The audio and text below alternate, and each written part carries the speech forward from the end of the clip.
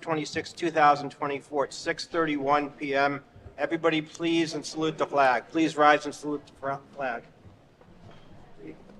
I pledge allegiance to the flag of the United States of America and to the republic for which it stands, one nation, under God, indivisible, with liberty and justice for all. In accordance with the Open Public Meetings Act, it is hereby announced and shall be entered, can we please be quiet? And shall be entered into the minutes of this meeting that adequate notice of this meeting has been provided by the following.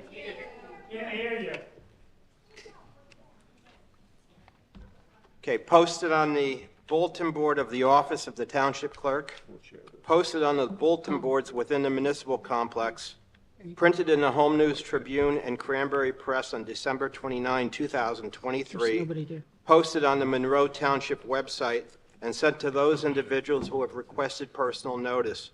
Laura, please take roll. Mr. Rothman? Here. Ms. Brodsky? Mr. Patel? Ms. Damiani? Here. Mr. Slavicek? Here. Mr. Weiner? Here. Dr. Kenzie? Present. Councilman Van Zora? Here. Mayor Delina? Here, please. Chairman Gaffrey? Here. Okay, Laura circulated the minutes of the July 25th, 2024 minutes. If everyone's taken a look at those, do I have a motion to accept? I'll make a motion to accept the minutes. Is there a second? I'll second. Okay, all in favor? Aye. Aye. Opposed? Abstentions? Hearing none, the minutes are accepted. We're going to go right into the application, and we're going to pick up where we left off the last time with the public portion. It's PB 1250-22, Federal Business Centers, Inc. Requests a preliminary and final site plan with bulk variances. Mr. Chairman, before we jump into the public, I'd just like to make a comment in regards to this particular application. I thought it was very important to be here. You have to excuse me, I'm under the weather, but I thought it was very important to be here. And I certainly appreciate this opportunity, but I briefly want to just address the board, as well as the residents here and the applicants, just for a few moments. That, as the chairman said, we're gonna be jumping into the public portion of it. But I have reviewed the testimony provided at the last meeting, which was in July. And so far, I strongly believe, and I want this on the record, that the proposed warehouse is simply not incompatible with the surrounding area, especially the residential neighborhood. And particularly,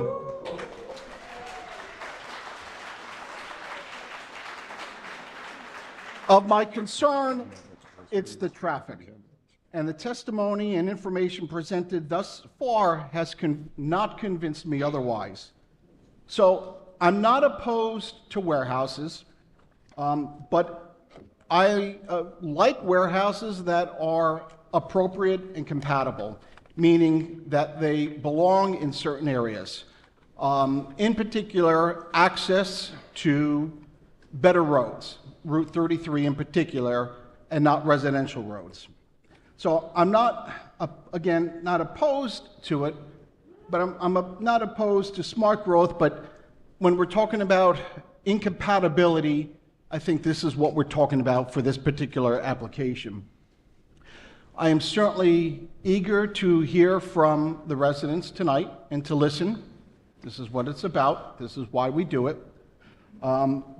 If the applicant has certainly additional testimony in the future, at our next meeting, certainly will be here with fervor to listen as well. But as it stands right now, I am not in support of approving this application. Thank you, Mr. Chairman.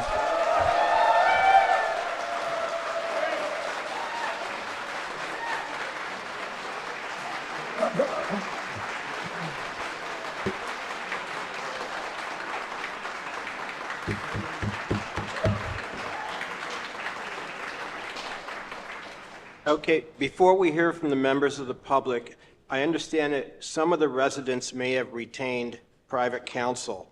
If that's the case, are there any private counsel here that's appearing on behalf of any or one or more of the residents?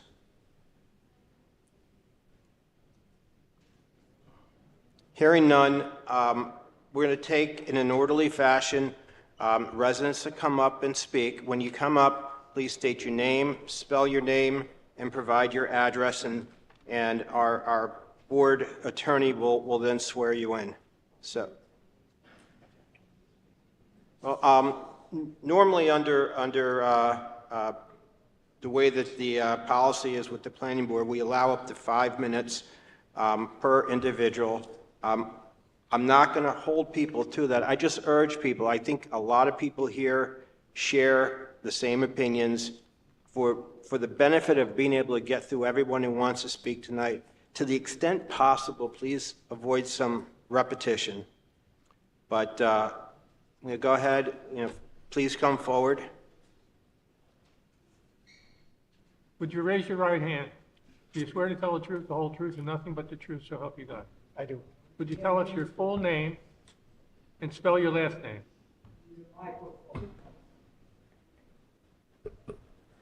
Hello.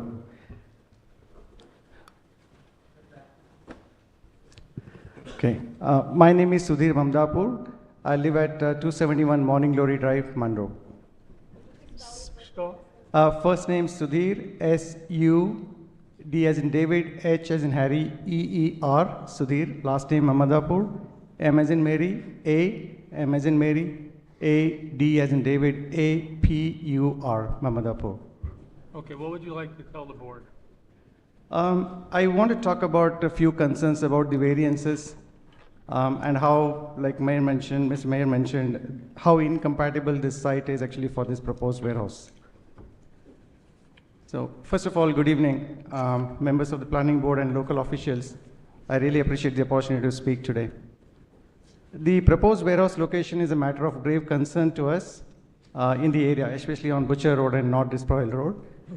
The significant variances being requested raise serious concerns about the compatibility, suitability, and safety of the neighborhood in a residential, predominantly a residential neighborhood. Now, here are some of my concerns related to 5 variances in particular. I know there are many more, but I just want to talk about 5 quickly in the time that's allotted to me. Number 1, inadequate lot size and depth. Now, the proposed lot depth is 83 feet short of the required 500 feet, which indicates that the site is not large enough to accommodate a facility of this size. This reduced lot depth directly impacts the room available for parking, truck circulation, and the required buffer zones, all of which are critical in a residential setting. Now, question to you is, if this site is not large enough to meet the basic zoning requirements for lot depth, how can it safely accommodate the scale of a 176,000 square feet facility and its operations? So that's my number 1 question. Number 2, lack of a berm, which means no noise or visual buffer. The facility is asking for an exemption from the 6-foot berm requirement, leaving nearby homes exposed to noise, light, and industrial activity. Now, without this berm, there is no barrier protecting residents from the round-the-clock noise and light pollution from delivery trucks and operations. My question to you on this is, how will residents be protected from the constant noise and light pollution from trucks and facility operations if the required berm is not provided? Number 3. Is that a question you want the applicant to answer? Absolutely, yeah, so I can wait actually. I hope it's not counted against my time, sir. Okay, Mr. Smith, do you want to respond to that question? I'm not sure what it was. I got it. All right, Mr. Connolly. Previously. So do you want me to repeat the first question?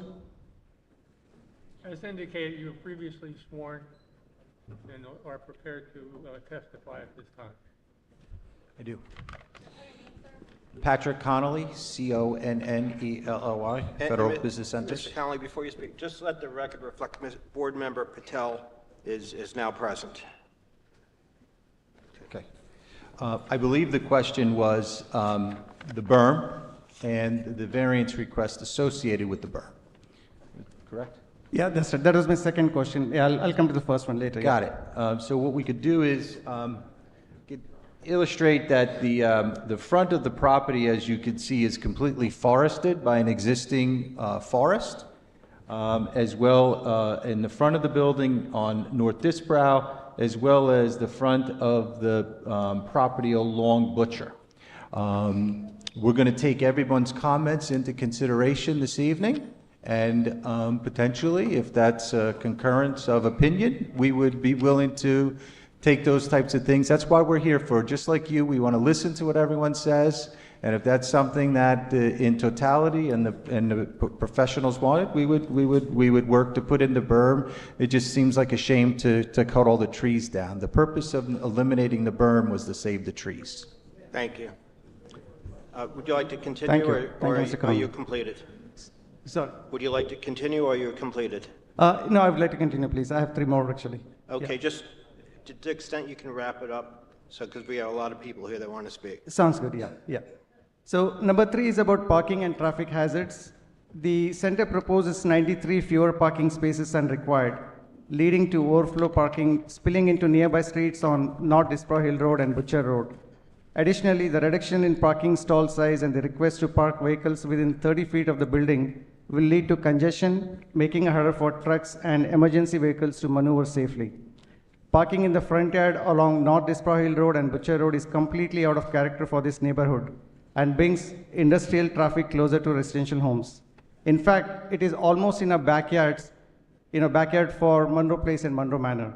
So the question to you is, what will happen when there is not enough parking for workers and delivery vehicles when they begin parking on the already narrow residential streets?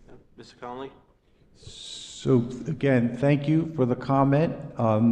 Just to explain, the intent of the design, as previously testified, our feeling is that the parking is appropriate to the intended use. The requirements are a little bit dated because in a post-pandemic world, we feel we don't need that much parking.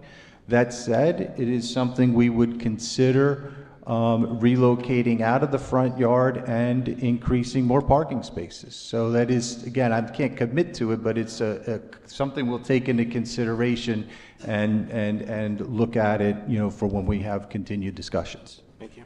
Okay. My next point is on the oversized driveway and traffic flow. The facility is requesting a driveway more than double the allowable width, 65 feet instead of the maximum 35 feet.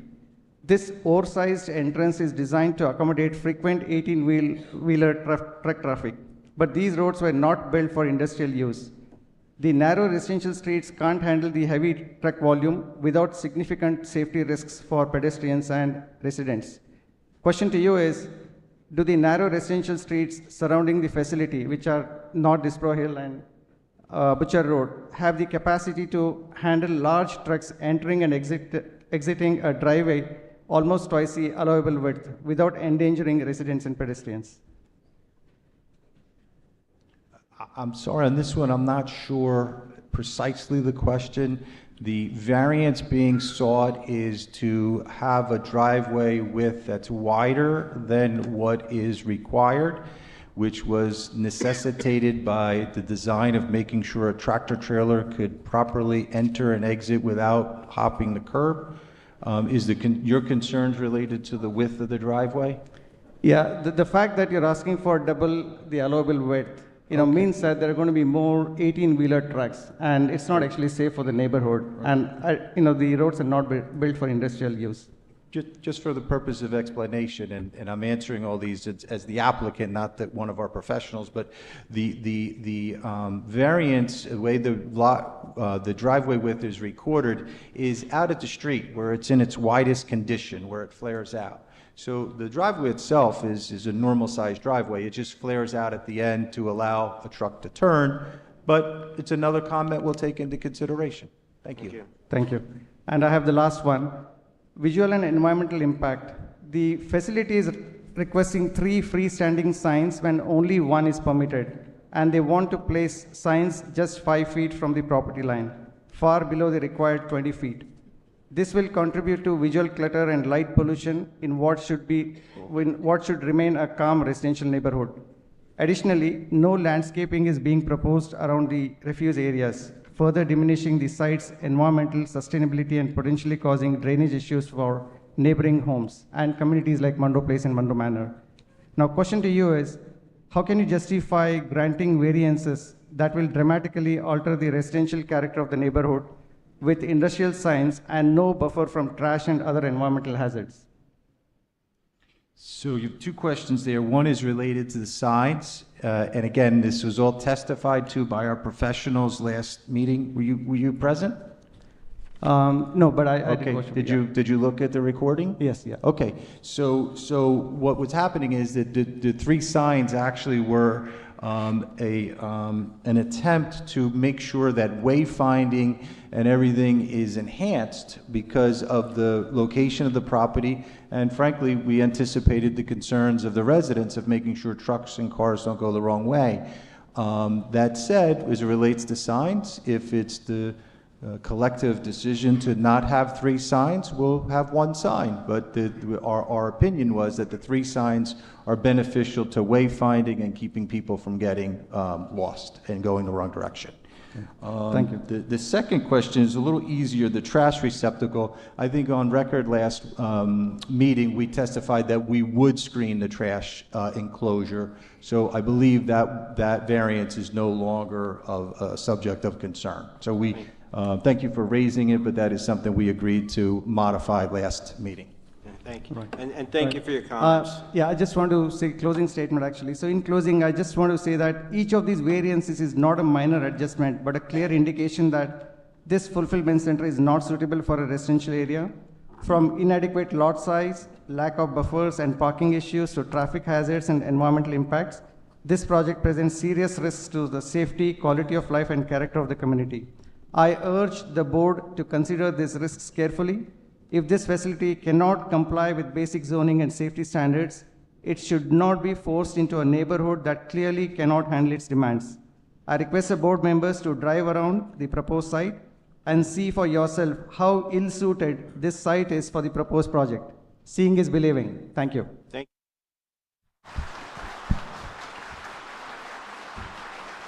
Thank you.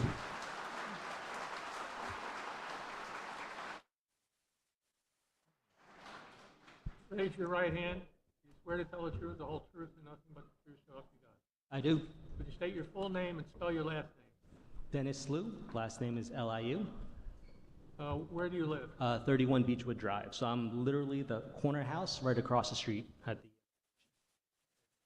So I can see it. Go forward. What was that? You can proceed. Proceed. Okay. Yeah, so like I said, my name is Dennis. I'm here to speak on behalf of my fellow residents, Monroe Place. I grew up in Middlesex County, more specifically East Brunswick. Starting from kindergarten in Irwin through Churchill, Hammersholt, East Brunswick High School, and then finally Rutgers for my undergrad and master's. Like I said, I live on Beechwood Drive that runs directly parallel to Butcher Road. And in fact, I can see the intersection of North Disbrow and Butcher from my bedroom. Despite the builders cropping out a majority in the previous exhibit, you can see it here. And you can see it, like, again, right in the corner, lower right, that gray mass, that's me, you know. Contrary to what their lawyer claimed, none of us moved in knowing and accepting that this was an overlay, an HD zone, as they stated. It's literally across the street from me, so there's a direct impact to my family and just about everyone else's here. It's quality of life. As previously stated, you know, we all object to building the warehouse to begin with, but we also want to point out why we don't agree with any of these variances. I'm here to raise an objection against the request to allow the exception for front yard employee parking along Butcher and variances of the front setbacks. The actual amount of usage percentages presented by the engineer and planner sound great in relation to the overall lot ownership, but the amount they're planning to utilize is pushed up against the local residents to the west.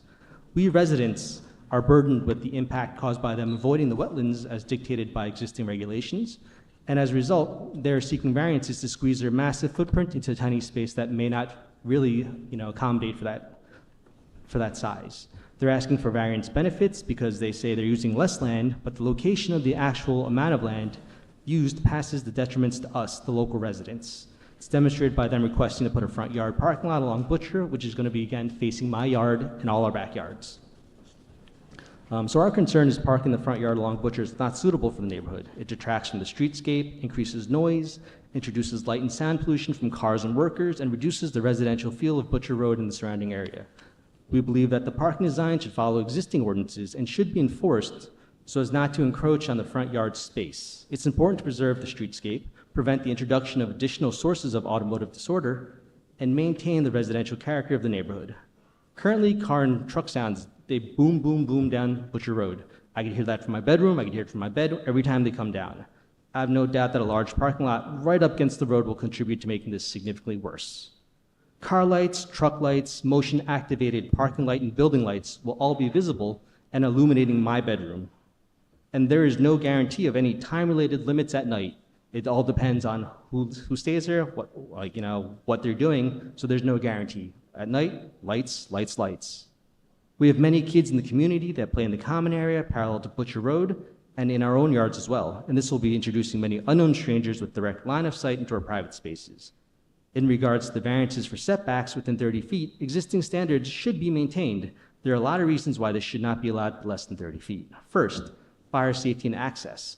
A wider setback is crucial for preventing rapid spread of fire between buildings, and reducing such distances can put significantly increased fire hazards, putting our lives and property at greater risk in case of fire. Building codes were created for a reason and should be thoroughly enforced to maintain safety for all parties and property. 2, privacy and quality of life. Reduce setbacks with buildings closer to each other, resulting in loss of privacy. This close proximity will lead to increased noise and visual intrusion to the neighboring properties, our properties.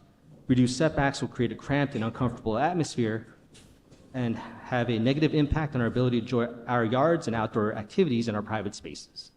3, aesthetics and neighborhood character. Setbacks contribute to visual harmony and the overall aesthetics of the surrounding area. Reduced setbacks can result in a more dense urban feel, which will be inconsistent again with the area's established identity, and this will have a negative impact on property values due to the changes in the aesthetics and the spatial quality of the neighborhood. Lastly, stormwater management flooding. Adequate setbacks are crucial for effective stormwater management. Reduced setbacks will lead to poor drainage, increasing the risk of flooding and water damage to nearby properties, which are our properties. My property right there in the corner. It's essentially considering that Bentley Brook borders the space, and then there's a flood zone conservation to the south. Setbacks will help manage soil erosion by providing space for vegetarian and natural ground cover, whereas reduced setbacks can exacerbate erosion problems, impacting the stability of properties and infrastructure. So ultimately, reducing setback requirements can have a lot of negative impacts, such as fire risk, compromised emergency access, privacy intrusion, and many other environmental concerns. They're essential for maintaining quality of life, safety, and overall character of our neighborhood.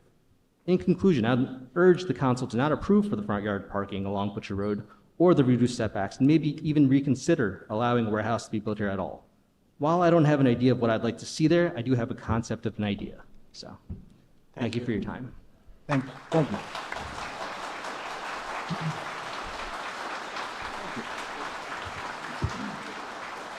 There are no questions there, right? So, Okay, thank you. Okay, next resident. You swear to tell the truth, the whole truth, and nothing but the truth. State your full name, spell your last name. Chirag Bhai Patel. Spell your last name. First name CHIRAGBHAI. Last name Patel, PATEL. And where do you live? I live in Monroe Place community, 19 Beechwood Drive, middle of the,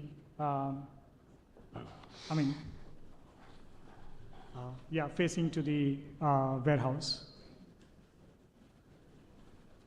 Okay, you can proceed. Thank you. Good evening, member of the planning board. I'm speaking to you today as concerned citizen and resident of Monroe Place community.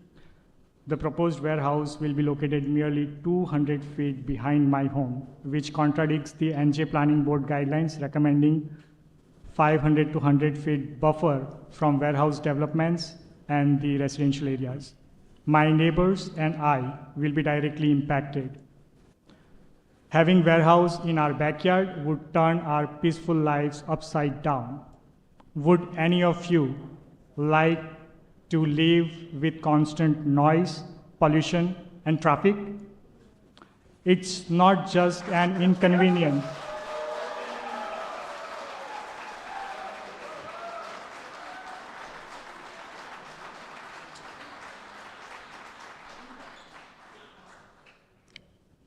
It's not just an inconvenience, it's a nightmare.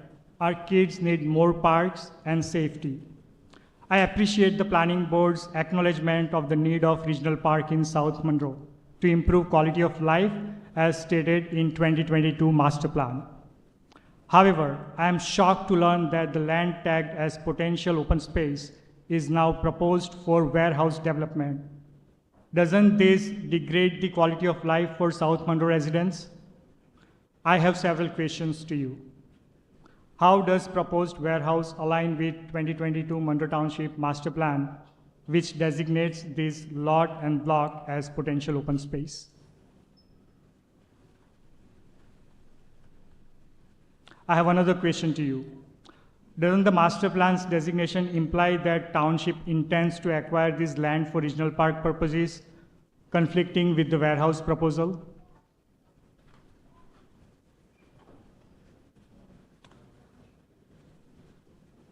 According to Monroe Township's Environment Resource Inventory 2020, this land supports diverse wildlife, including endangered and threatened species of state's concern, rank 3 and rank 2 habitats.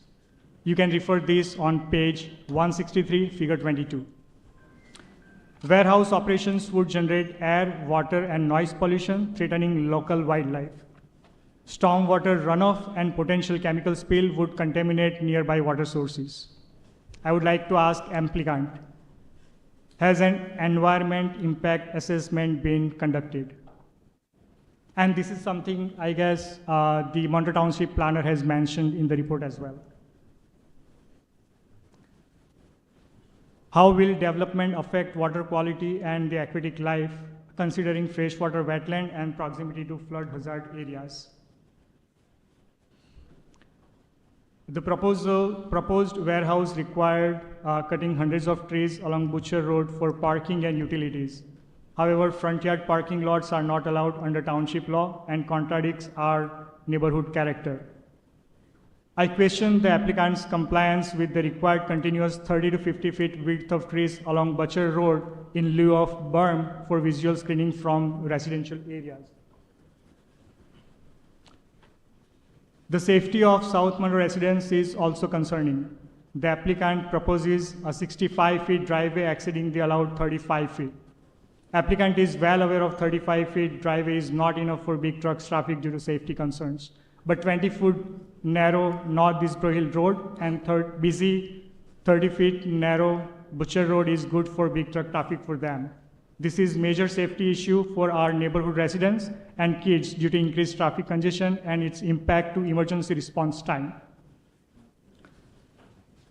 What is the plan to decongest the traffic on ever busy Butcher Road? Left only lane on Butcher Road, right only lane on North Disbro Hill Road?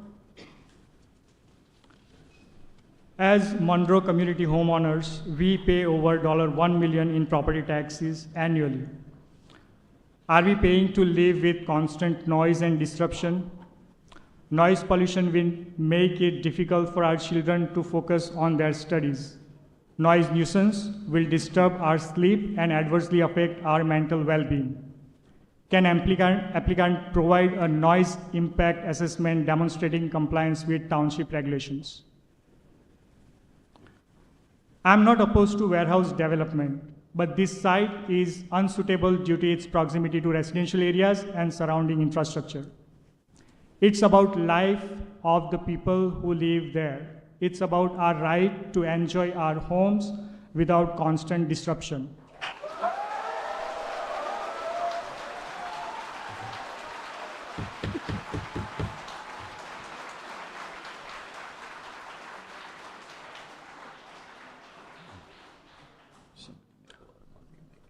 To Federal Business Center representatives, your thriving family business has not had to deal with the impacts of warehouse in your backyard.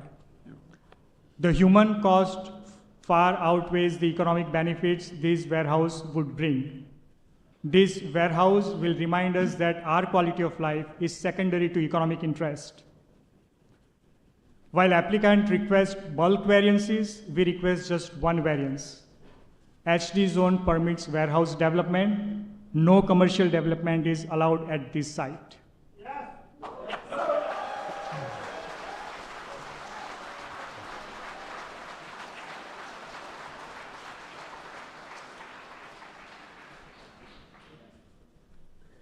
Thank you, Planning Board, for listening to my concerns. I hope you will consider our plea to preserve our community's character and quality of life. Thank you, Mr. Patel.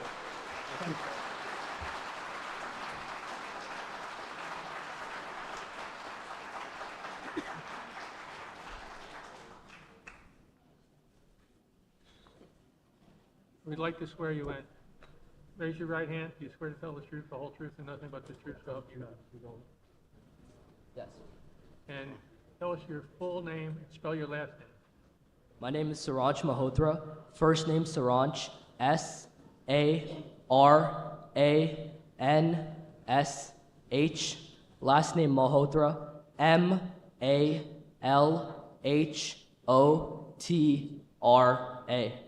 Where do you live?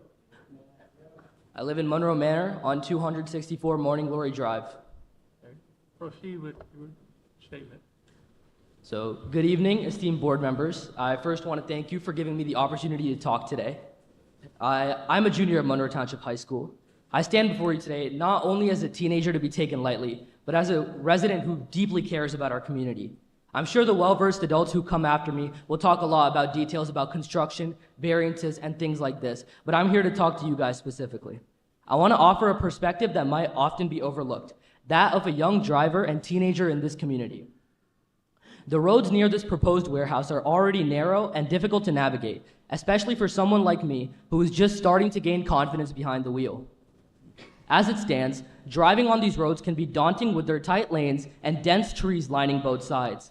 Introducing high truck traffic into this environment would not only increase congestion, but also make driving significantly more dangerous for inexperienced drivers currently like myself.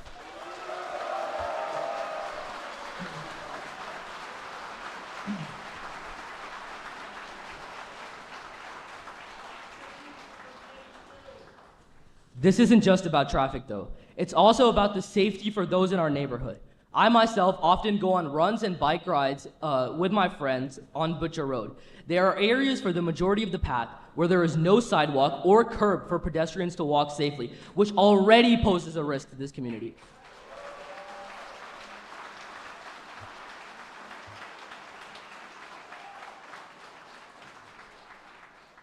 The addition of an influx of trucks to this mess will make these roads even more unsafe, especially for young people like myself who enjoy taking walks around and near our community. We should not have to fear for our safety while being around our own neighborhoods.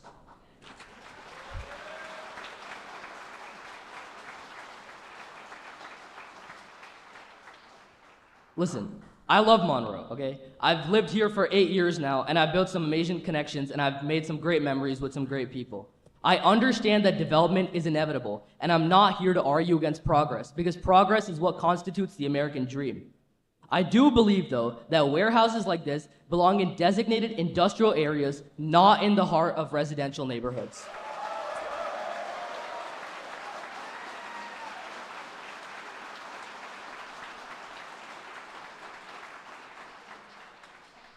As a teenager, I worry about the long-term implications this will have on my community's future.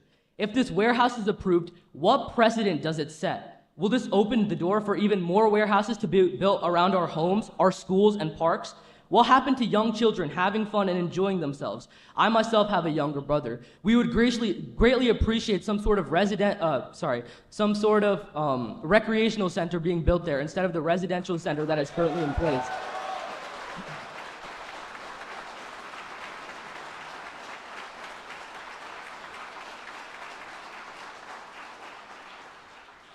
A lot of events in Monroe happen at the Monroe Community Center, as you all know, which is about a 25-minute drive from my own house. So why would we build things near residential areas instead of recreational centers themselves. We want to build something that complements and adds value, which is my request to the builder himself.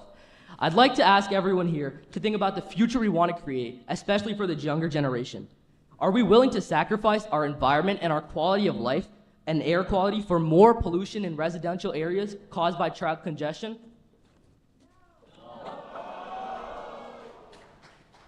As a young person, I can tell you that my peers and I care deeply regarding our community's future.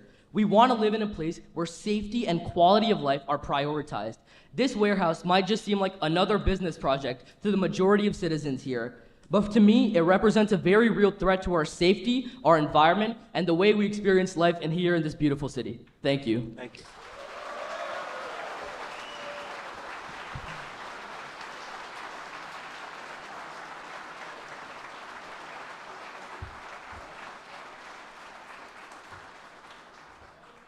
Do you swear to tell the truth, the whole truth, and nothing but the truth? Good evening. God? My name is Michael Bekas, B-E-K-A-S, 211 Valencia Drive, Monroe Township.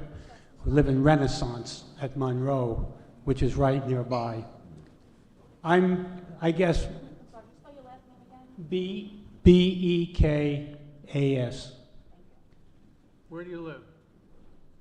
Oh, I said 211 Valencia Drive, Monroe Township, Renaissance at Monroe. I've been here for 19 years.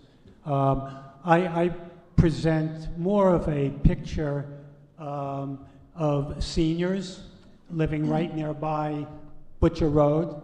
We are somewhat captive in the sense that in order to get out of where we are, we need to make a jug handle at Butcher Road. And I use it quite often and early in the day. And there are trucks there very often. And those trucks stifle traffic. You could miss 2 lights because trucks get there and they have to make this big turn around the jug handle. The traffic, in the 19 years I've been here, the traffic has become impossible. Route 33 is backed up. Trucks use Butcher Road to get access to 33 so that they can get to the turnpike. So they block all the other traffic going that way. There are too many big trucks that are allowed to use our local roads, 1-lane roads, which they shouldn't be. I believe there was a segment of the master plan that talked about finding different ways for trucks to get access to the turnpike and wherever they have to go, rather than these 1-lane roads that go through the turnpike. Houses are going to start to depreciate rather than appreciate, as they have been, because when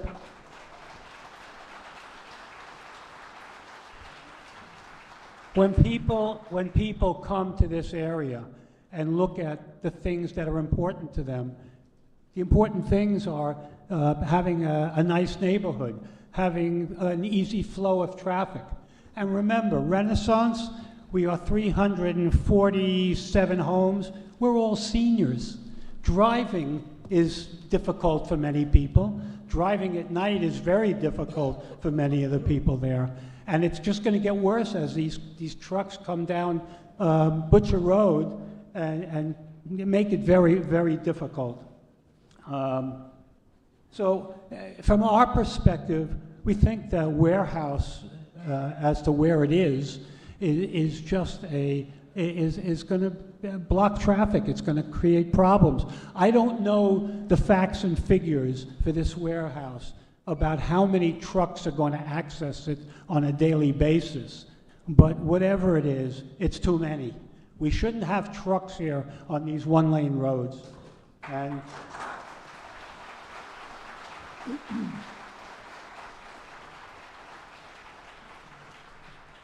I mean, we ask you to look at it and deny them building a warehouse in that location. This town is very big, and most of the warehouses in our town are in the middle of the town, and they're away from residential areas like ours. A lot of these senior communities. Why can't they be out there? I would assume that this is a great location for them, for the builder, because they're close to the turnpike. But all that's going to do is block traffic for all the other cars that have to get to the turnpike or go east or west on Route 33. So please turn them down. Thank you.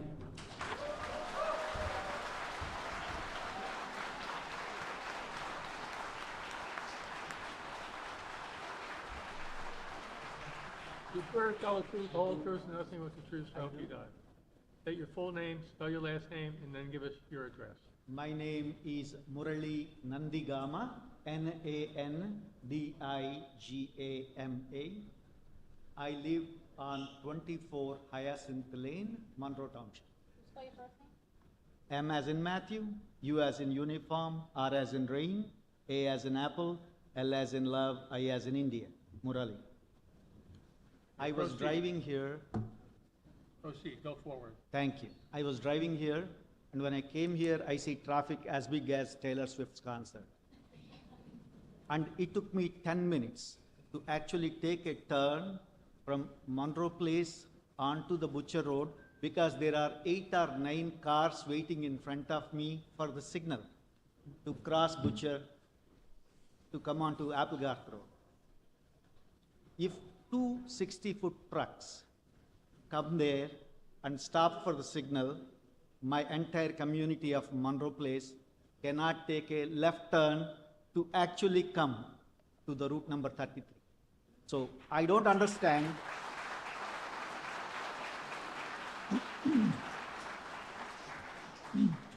how the traffic report was prepared in the last planning meeting, but I'm happy to pay money to set up a nice umbrella and a beach chair and drinks for the traffic engineer to real-time watch the traffic there for a couple of hours.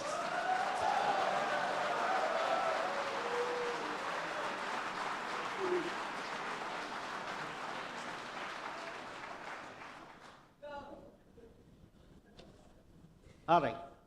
All I am going to say is there are a lot of us who looked into the nitty-gritty of the rules and variances that is applied to homeowners who live there, and the variances that are being asked and casually being mentioned and passed on and recorded in the records by the warehouse builders. We want parity. If I want to build my deck like 20% beyond the variance, I don't get a planning approval.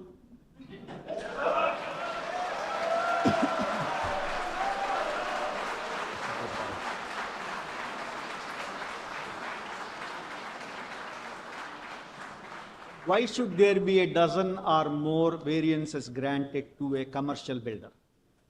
That is not right. Actually, the cynical part of me thought that, hey, warehouse is going to come in front of our property values are going to crash, my property taxes will go down. But unfortunately, I paid $12,900 property tax last year. This year I am paying $13,600 property tax. So my property taxes are going up, whether my property values are going to go down or up. This is not fair.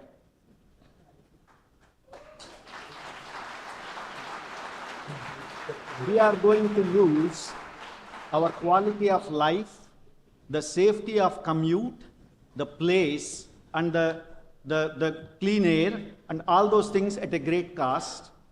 Well, the property owner has the right to build whatever they want to build there within the variances, without any exceptions. So I am here to object to any request and grant of variances to the warehouse project.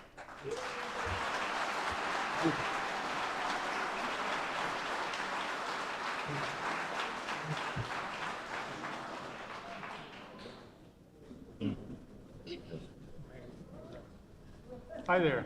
Hi, my name is Aditi Would you Vadakane. tell us your name, please? Oh yes, Aditi Vadakane. Can you move the microphone a little closer to you, dear? Yeah. Is that good? And we swear in all witnesses. Huh? We swear in all Oh, witnesses. So raise your swear. right hand. Do you swear to tell the truth, the whole truth, and nothing but the truth, so help you God? Okay, yes. Would you tell us your full name? Oh yes. Oh, okay. Aditi Vadakane, and I'll spell that out. T H I and then V A D A K A N N E. Yeah. Where do you live? Oh, I live in Monroe Place, 15 Clover Lane. So, I'm obviously here for the same reason, but, Sorry, could you speak up a little bit? Yeah. Oh, yeah. Speak a little louder, please. Oh, okay. So I'm obviously here for the same reason. I'm here because it's gonna become too much danger from this warehouse, trust me. Because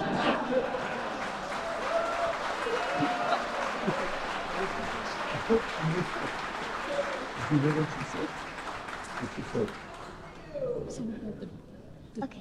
So first, obviously, the trucks. I'm not willing to get late for school again, and I really.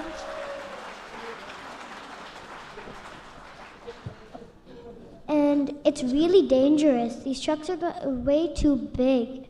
So many cars are going to be going through, and it's so dangerous for everyone, and for kids' safety. Also, it's probably going to it can pollute the air a lot, right? And already we have many factories that already pollute the air. It's too dangerous. And instead of a warehouse, we can provide something better, maybe like a playground for kids, because we don't have one.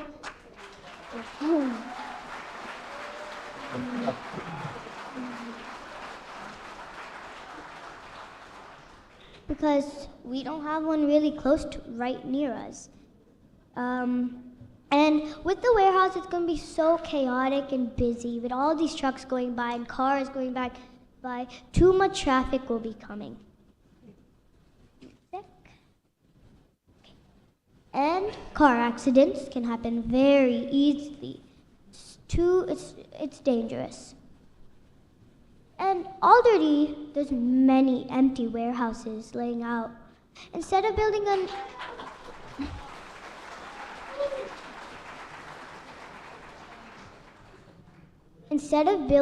a new one, just use the ones that are already made. We don't.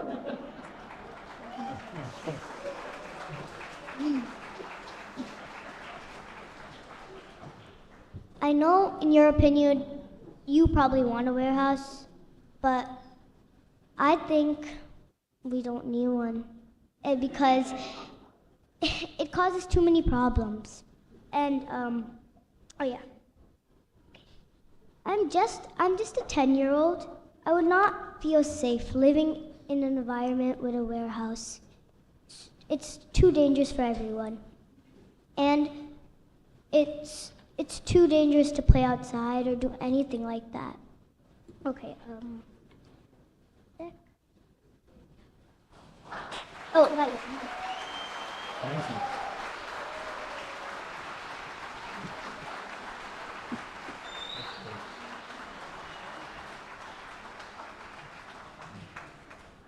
We want a better future than this.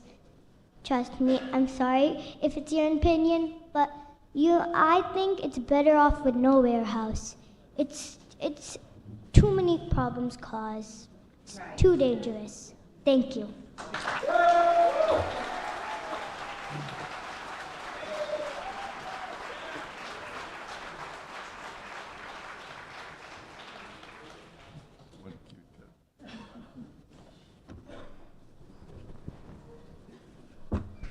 Sir, we're going to swear you in. You swear to tell the truth, the whole truth, and nothing but the truth? So help you Good God? evening.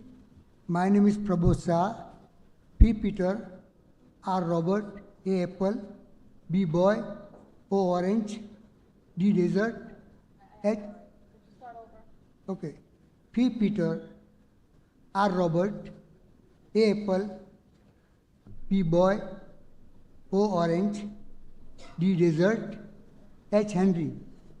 Last name is Shah, S same, H. Henry, A. Apple, H. Henry. Shah. I say yes. H Henry. Okay. Okay, sir. Address. 296 Morning Glory Drive, Monroe Township. Yes. Proceed.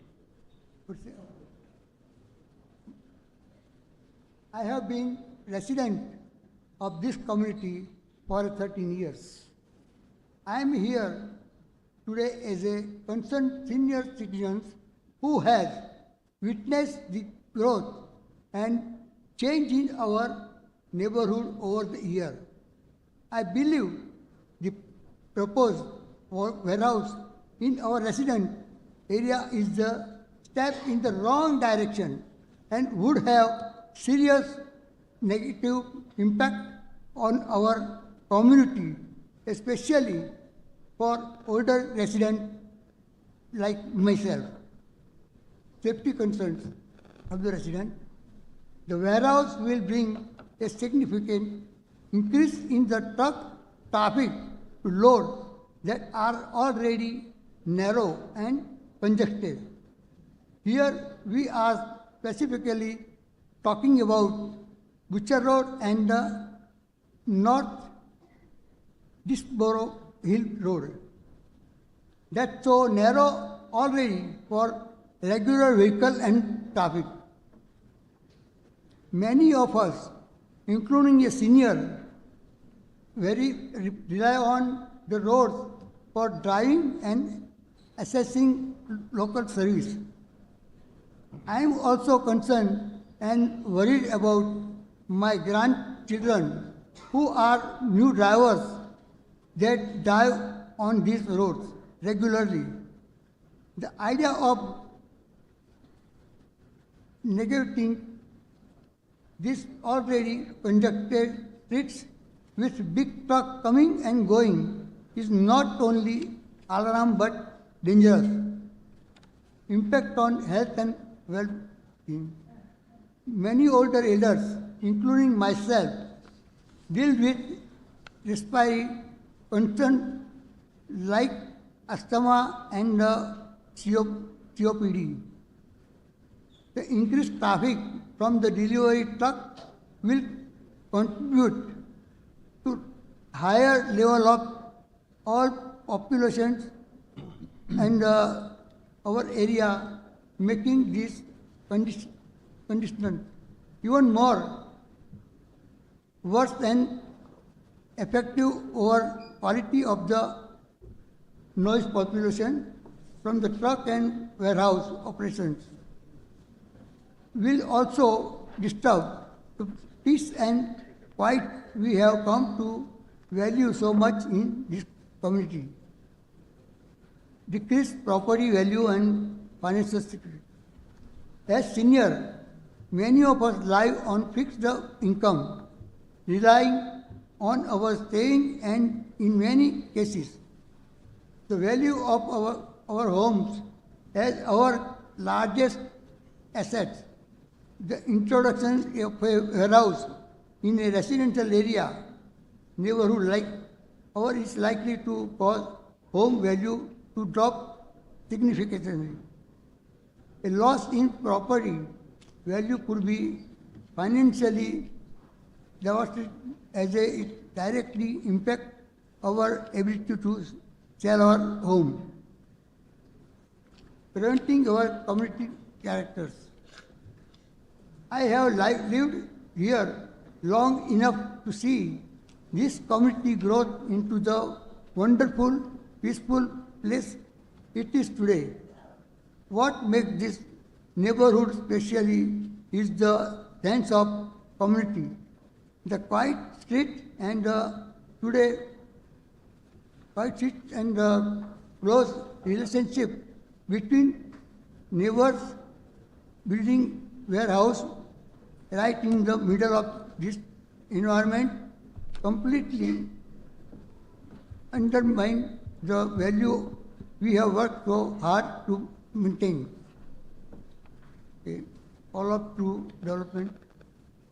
I understand the development is something necessary, but we must ask ourselves, is this the right kind of development for our neighborhood. I believe that are other more suitable area for a warehouse, places that are better equipped to handle the traffic, noise, and the disruptions in bring. Let priorities development enhance our quality of life, not diminish.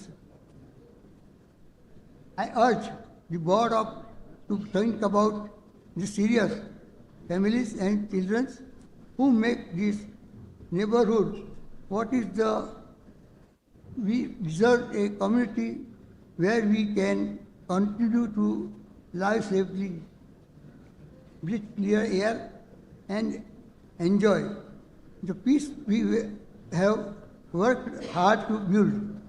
Please reconsider this project and seek an alternative that preserve the integrity and safety of our community. Thank you for your time. Asking for his paper.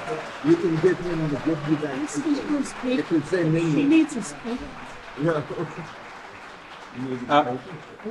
For those standing in the back, there are plenty of seats up here. Mark, could you have him give that paper? his paper? Yeah. Yes. She couldn't get everything he was saying, so if he could hand in his, Yeah, Sir. yeah, hand in his speech, yeah. yeah, the stenographer needs the paper so she could correctly record everything. And we're going to take two more, and then we're going to take a break. Sorry? We're going to do two more, and then we're going to take a break. But we're gonna swear My you- name is Stan Greenberg. We're going to swear I you in. live Stan. at, Sir. We're going to swear you in. I- Raise your right hand. Oh. You swear to tell the truth, the whole truth, and nothing but the truth, so help you yes, God? I do. Okay. Your full name and spell your last name. Okay, let's, Last name is spelled Greenberg. I live at 116 Da Vinci Court, Renaissance at Monroe. Proceed with your statement. My question, I have just a couple of questions. Yes. Going east on Route 33, how is a tractor trailer supposed to make that turn onto Butcher Road?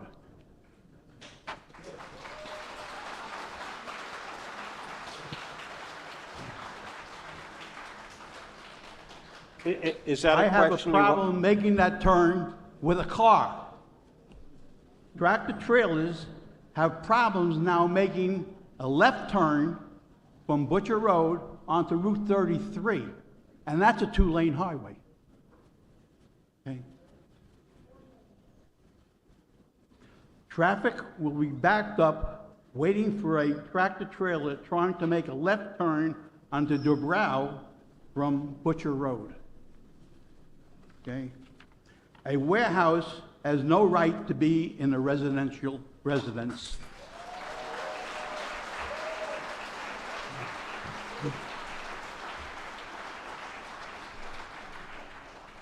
Much less in someone's backyard.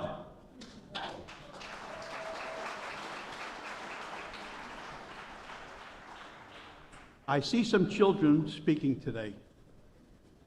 They are the future of Monroe, not warehouses. Thank you.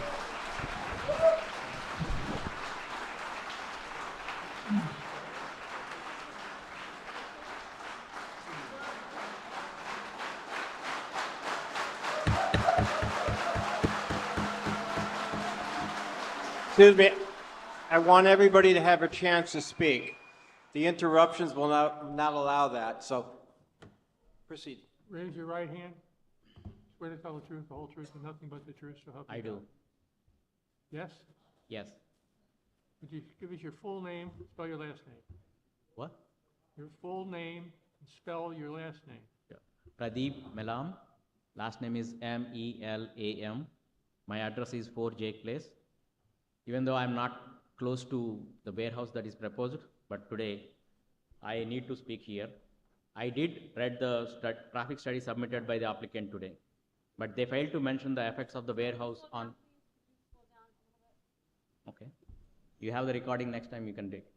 I just want to speed up because there are so many other people are waiting. Okay. She's the stenographer. She needs to record it. I did read the study of the traffic study that is submitted by this applicant today, but they failed to mention the effects of this warehouse or the concerned traffic on Applegarth Road or the sub-roads that Applegarth Road is dividing. Especially the Station Road, Half Acre Road, Prospect Plains Road, and Forest Gate Road. Why I specifically mentioned that? Because in the last council meeting, the councils and mayor has expressed their concern about the truck traffic coming from the neighborhood towns like Cranberry and others. Now we are going to increase this. As the previous gentleman mentioned, the left turns from Butcher Road onto the Butcher Road is very tough, even for cars. And now these trucks are not going to make the turn, so all the trucks that needs to make a left turn are going to end up on Ghost Ride, which is Applegarth Road. And now this Applegarth Road, starts as 1 lane, goes as 2 lane, comes as 1 lane, and expands to 2 lane just before the schools, and then narrows down as 1 lane, and then keep going like that.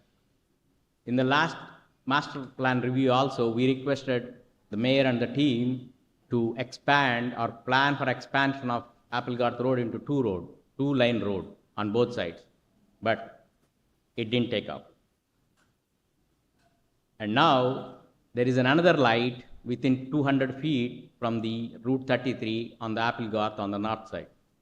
Now, if that light become functional, there will be more congestion on the Applegarth Road along with this truck traffic. And there is an unmonitored or non-regulated junction is there where the Wyckoff Mills Road and Old Church Road meets in Applegarth Road.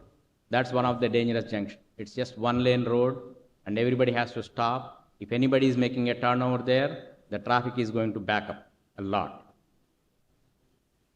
And we, the residents on south side of the town, we've been appealing for a park and a second recreation center or a combination of those in the last master plan review also, and it did not incorporate it, and we did not get anything out of the master plan on this side of the town. But from the density and from the revenue point of view, we are no less than any other part of the town. So I urge this planning board, subsequently council and mayor, not to approve any variances. They can build any business they want to build without any variance that is applied for. Thank you. Thank you.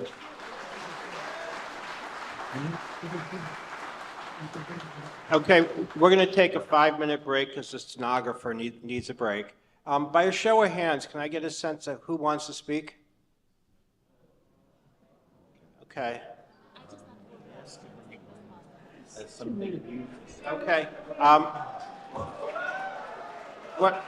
Is this going to go on for Yeah, well, what we're looking for, does anyone have anything new to say? We understand some of the issues that have been raised, and we appreciate that, and we're listening to you, but want to hear what's new from a different perspective, okay? So we're gonna take 5 to 10 minutes for the court reporter, and we'll come back and we'll resume. Yeah. Well, yeah.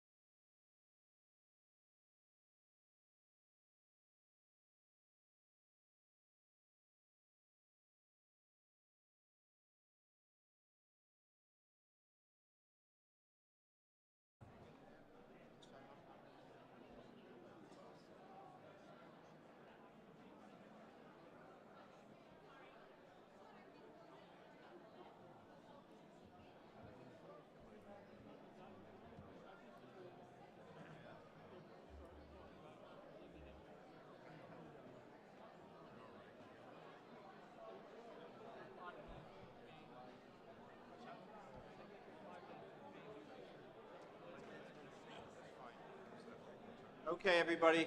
Okay, everybody sit down, please. Everybody sit down, please. Raise your right hand. Wait, before we begin, our intention tonight, it's clear that we're not going to finish with the public portion tonight. So what we're going to do is continue until, if we're not finished by 9:30, we're going to move it to the next meeting and continue where we left off. We do have some additional board business we have to take care of, but I promised everybody we'd start right with the public portion. So to the extent that you're not repetitious, please, if you have any new issues that haven't been discussed, we could prefer to hear those first if we can. Thank you. Do you raise your right hand? Do you swear to tell the truth, the whole truth, and nothing but the truth, so help you God? Would you tell us your full name? My name is Jireh Lombard, YIREHLOMBERT. I live at 3 Butcher Road. I'm the last house in Butcher Road. Okay. Okay, indicate what you want the board to hear. Good evening, all. Thank you for listening to us. I have a few questions for the developer. If they would like to come and maybe answer, maybe the traffic engineer, or I have a few questions.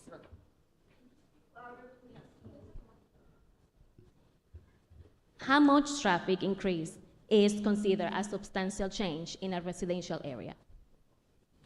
So those types of questions I can't answer specifically unless we want to start bringing up professionals. Again, all the testimony was given, but you know, I would like to share some data that the residents took. In a non-school day from 7:30 to 8:15 a.m., we had 499 cars. If you look up, that's a very high volume of cars going towards an intersection. We had 89 cars coming from Applegarth to Butcher Road, 183 cars coming from Butcher Road to Applegarth, 164 turning left.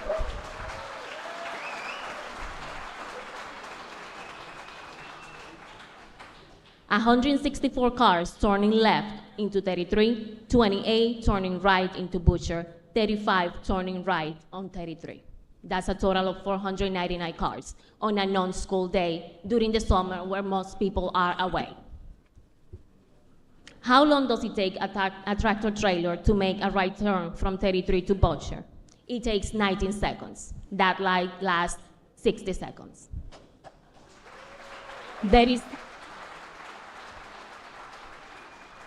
There is not enough clearance for a tractor trailer to make a safe right turn from 33 to Butcher. They have to take the middle lane, turn right, and any car that is waiting for the left light to turn has to move back, and we have proof of that.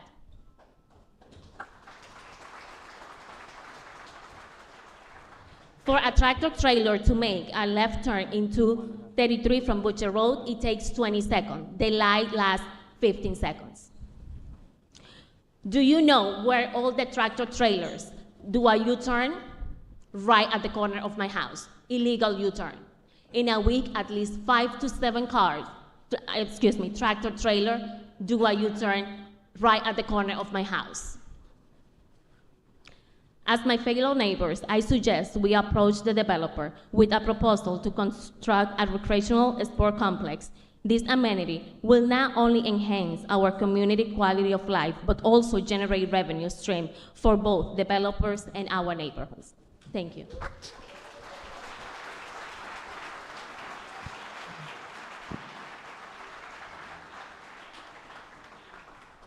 We're going to swear you in. Would you raise your right hand? You swear to tell the truth, the whole truth, and nothing but the truth, so help you God. Would you tell us your full name and spell your last name? Mary Ann Sorial, Sorial. Where do you live? 112 Day Grove Road, Monroe. So I'm going to shift the tone just slightly here. I have been a resident of Monroe for 11 years. I was invited by a neighbor to come in and to share in this evening. I look around, I see a lot of community partners, I see neighbors, I see friends. I'm an educator. I've been an educator for over 25 years, and I come in that capacity. I come as a resident, but also as an educator who's worked with children of all ages, primarily middle and high school. My parents, like many of, it seems like, this diverse crowd filled with beautiful accents, remind me very much of my own parents who came here in the late 70s. They were in Jersey City initially, which we know is an urban inner city with a lot of congestion and a lot of traffic, and a lot of pollution. The research that we know of today for all the factors that are stacked up against children and elderly in particular include a lot of the factors that I'm hearing brought up tonight. So I felt compelled to at least offer that perspective. My parents moved out of Jersey City. They were able to do that and moved into Hazlitt, a community very similar in Monmouth County to Monroe. And I really feel the best opportunity they gave and they sacrificed was my education. And that education came with fewer disturbances than the children I taught. I taught in Queens, Ridgewood, Queens. I taught in the Bronx. I taught in the South Bronx. And I was educated at Columbia University for both undergrad and for 4 master's degrees. So I'm not coming in here to offer anything. I think many of us in this room are neighbors, we're colleagues, we're partners, and we're family. We have our own families. So unfortunately, the direction of the world, and I speak again as an educator, is that we have mobilized humanity in general, including unfortunately the children in the school system, to just be widgets.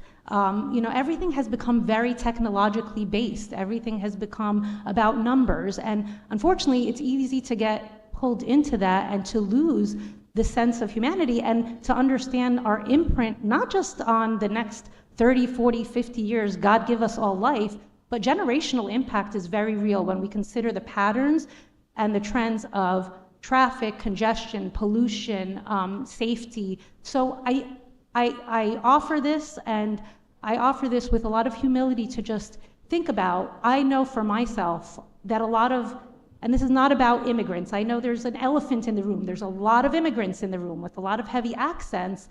However, those are people who sacrifice to come and give their children what I think my parents were able to give me. I don't know if I would have turned out the same had I been exposed to a lot of those inner city variables that people move out into the suburban area to escape. And it comes with a large sacrifice. So I just, again, I look around, I really see neighbors and partners and community members, and while I know there's some divisiveness, I really hope I speak as an educator. I'm telling you, I see these children every day for over 25 years in the classrooms in these buildings. They are the ones fighting the battles. It's not us. They have everything, it seems, stacked up against them, and if we can just minimize what they have to fight against, believe me, I think will help make the world just a little bit safer and better for everyone. And I'm not going to get into mental health, but you all know the statistics against adolescents and mental health. Again, anything we can do. The last thing I'll say is the young children who were born during the pandemic, we know we're seeing higher incidences of speech acquisition issues and things related to that. So again, we don't want to stack more against their development and the milestones that they need to grow into healthy citizens. So thank you for the time to Thank you.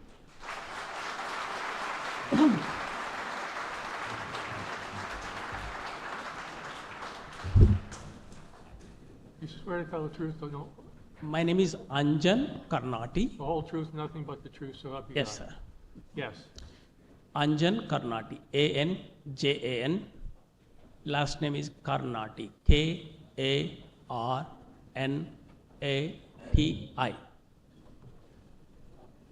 I live in Southfield Estate, 11 Preservation Drive. I've been living here in Monroe 15 years. So when I came here, Monroe was really green and very calm, very peaceful. Now really I can see that this is completely disturbance.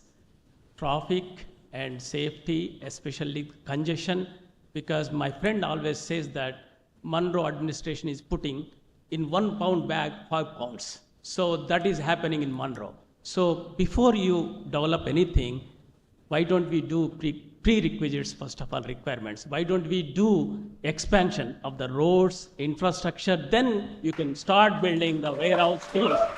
So this is The reason is I'm asking, I've been living here 15 years. I didn't go to recreation park, which is in north side, 2 times. Even I cannot able to go for walk and meet the friends. And in the neighborhoods, all the children are playing on the roads and no recreation, nothing is there. But we are paying the taxes 100%, 200% above, whatever it is required. Still, we are not getting what we want. And I strongly oppose this warehouse personally and on behalf of all my friends and residents. This is 200%. So, second point is, please consider building the infrastructure first, then do development. Don't do the development and build later. So planning board, I'm requesting, please plan accordingly, which is needed. We are coming here, we are wasting our time, we are spending our time, valuable time, professional time, working time, and coming here, we are explaining about the traffic, about the congestion. Why can't we planning board take it? Because planning board is supposed to do all these prerequisites on behalf of the public. This is very important. So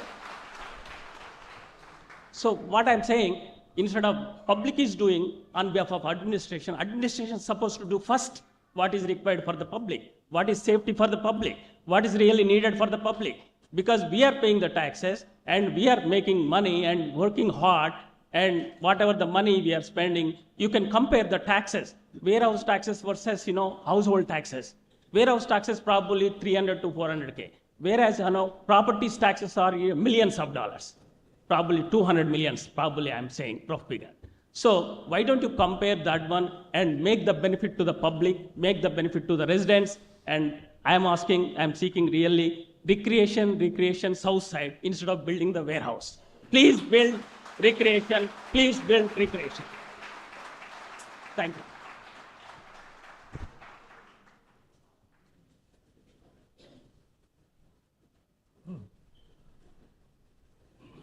You raise your right hand. You swear to tell the truth, the whole truth, and nothing but the truth, so help you God.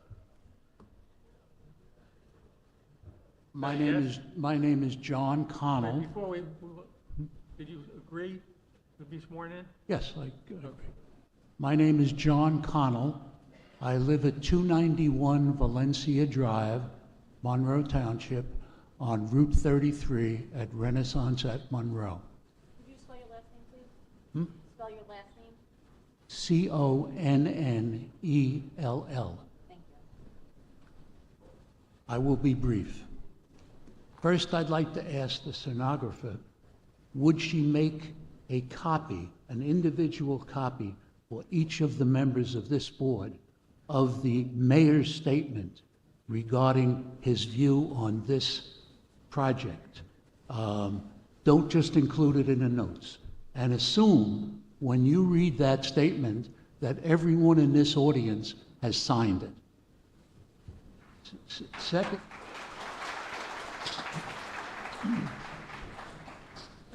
Secondly, I want to point out, on my way here tonight, as I approached Butcher Road, right across the street, there were 3 18-wheelers parked by the Quick Stop Straw, and the McDonald's. This is a preview of what will happen if you build that warehouse. Every trucker will want to eat, and they're going to be bringing those trucks into the Wawa and the Quick Check and the McDonald's.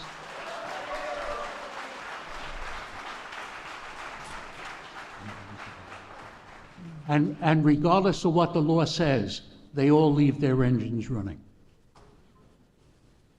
My concerns for our community have to do with noise, pollution, and safety.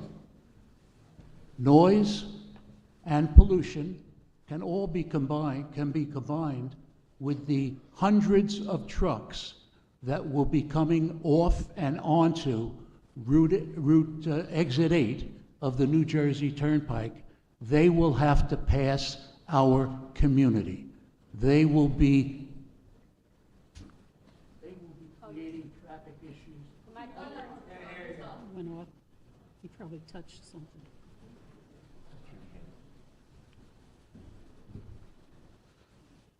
Good. Should be okay. they will be creating traffic issues like we've never seen before. In addition, safety. I represent 347 homes in which almost 600 people live. Every one of those people that leaves our community, whether they're going north, south, east, or west, must use the Butcher Road area, Butcher Road, Applegarth, to make that turn. It is difficult now to get through that intersection.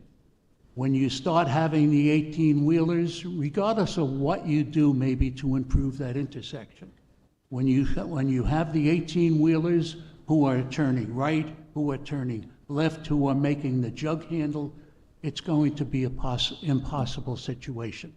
So I plead with all of you, please, turn this situation down. Thank you very much. Thank you.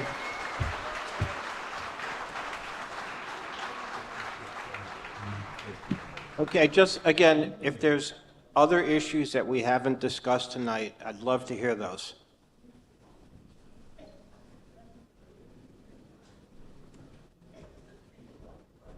We're going to swear you in. You swear to tell the truth, the whole truth, and nothing but the truth, so help you God.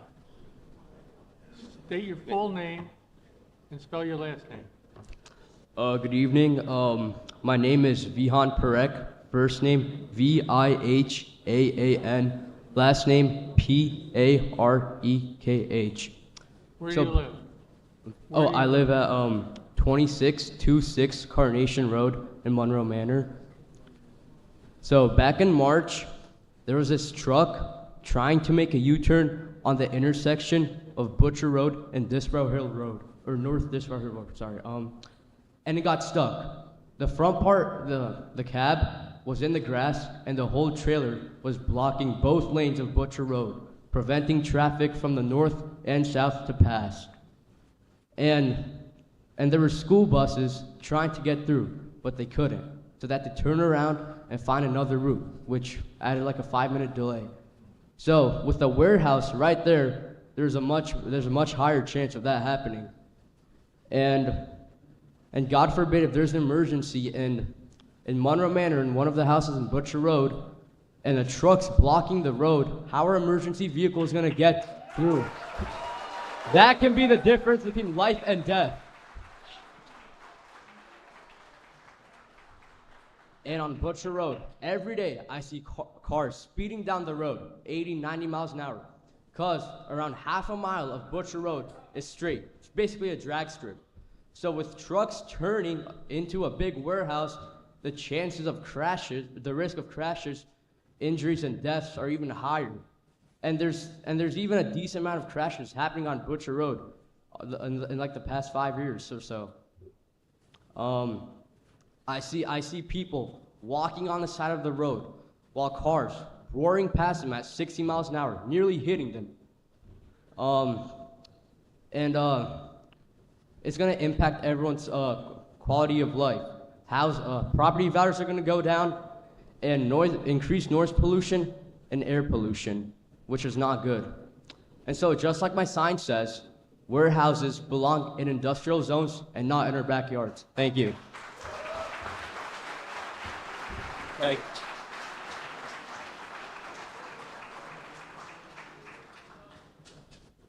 Swear to tell the truth, the whole truth, and nothing but the truth, so help you God. State your full name, spell your last name. Into the microphone.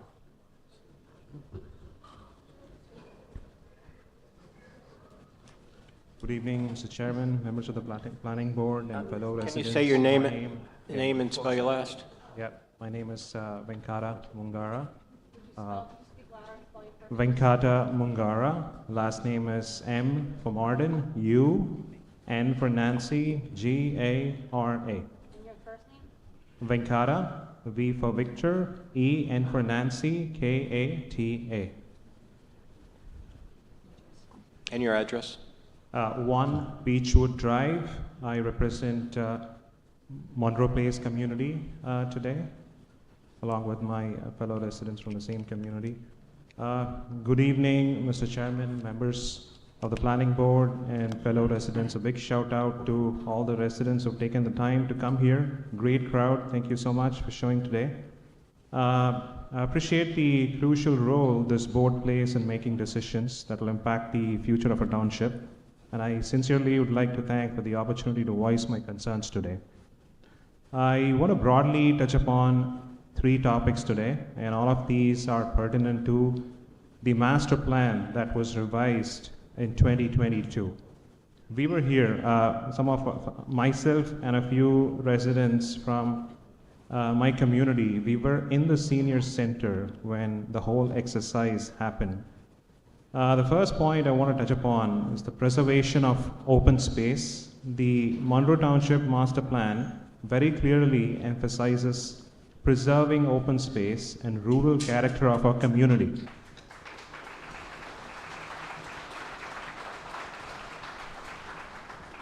It's very disheartening to know right now that a very large warehouse development is going to be coming there, threatening this very preservation for which there was a specific space, a representation, allotted within the master plan. There is a lot of indication about many hundreds of acres that needs to be protected for future generations, and clearly it doesn't appear as if we are sticking to that plan. On this note, number 1, I wanted to thank the mayor today for definitely highlighting the incompatibility of the space for a warehouse development. Clearly, it's a residential area like all the other fellow residents were talking about. I wanted to also cite another conversation we had in 2022 when this discussion was happening here. We had the opportunity to meet with the township engineer who told us that very piece of land is being negotiated by the township to be bought and basically for building a park or open recreation space there. So we were really alarmed when we got this notice that we're going to have a warehouse development instead of potentially a park there. Number 3 is my fellow resident who was here who talked about Mr. Chirag was talking about the 200 feet that the NJ plan that clearly talked about the fact that you have to have some clearances, at least 500 feet, but we're seeing clear evidence we're going to have a warehouse, especially in the community, just about 200 feet. So it's directly impacting all of us. The other significant point of interest we wanted to talk about is the traffic and infrastructure concerns. One of the master plan's core objectives is to improve traffic safety and circulation. Clearly, a warehouse of this scale would drastically increase traffic on our local roads, conflicting the plan's goal of reducing congestion and ensuring safer roadways for residents, including school children and pedestrians. We residents have created a video. One of our members is going to talk through exactly that. So a lot of residents took time to actually come and measure the traffic we are seeing in 33 taking right into Butcher Road. So we were noticing a lot of trailers already coming by, and clearly they are not able to make a clear turn into Butcher even today. We saw the video is definitely going to highlight those elements. The truck, while taking the right turn, there was a Tesla car on Butcher Road which had to back up in order to accommodate the truck taking a right turn. In addition, today when a middle school bus stops right outside our community, just a 32-second stop backed up the entire road with traffic. And we're going to be seeing a lot of trailers come in once the project gets approved. And it's clearly going to be a very big pain point, especially for Monroe Place, trying to get out of the community and take a left onto Butcher to, go onto 33 and NJ Turnpike, but a lot of residents commute to New York City using Turnpike. In addition, in 2024 April, we had an incident on Dispro Hill Road. A tractor trailer, it could not take a left on North Disbrow. As a result, it came forward and got stuck. And this is an incident that must have been recorded because we saw a lot of cops in there, and was basically stuck. I think the other kid was also talking about the same incident. The other major point I'd like to bring forward is there is a recommendation by the state of New Jersey that for projects such as this, that the builder and the township should basically engage in what's represented as a community benefits agreement. I would really urge the board to facilitate, if the project were to be still approved, that the builder should engage in such a commitment, and hopefully fund or give us parks and recreational spaces. We need these kind of commitments when these kind of initiatives are coming up. These are broadly the points I wanted to discuss today. I want to thank you for the opportunity, and I sincerely hope. You indicated there was a video? You indicated there was a video? I'm sorry? You indicated there was a video? Yeah, one of the fellow residents is going to show the video exactly on those points. Yeah, I mean, we can play it right now as well, yeah.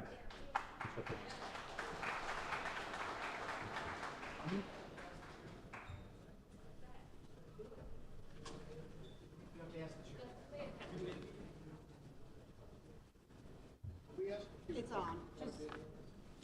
Or you could just, Kevin, are you going to do it? Downsize. Should be. Sorry. Should be a Make a discussion. decision. Mr. Chairman, I don't know that we have an objection, but we know nothing about it. Can I ask what the video is of? Who took it? What's their expertise? What's the point of it? Okay. Why don't we play the video, and then if there's questions regarding the foundation that you're seeking, we can talk about it afterwards. But let's see what the video is. Yeah, how long is the video? It's less than a minute. Okay. Yeah. Thank you. For the record, object not having had a chance to review it. Understood.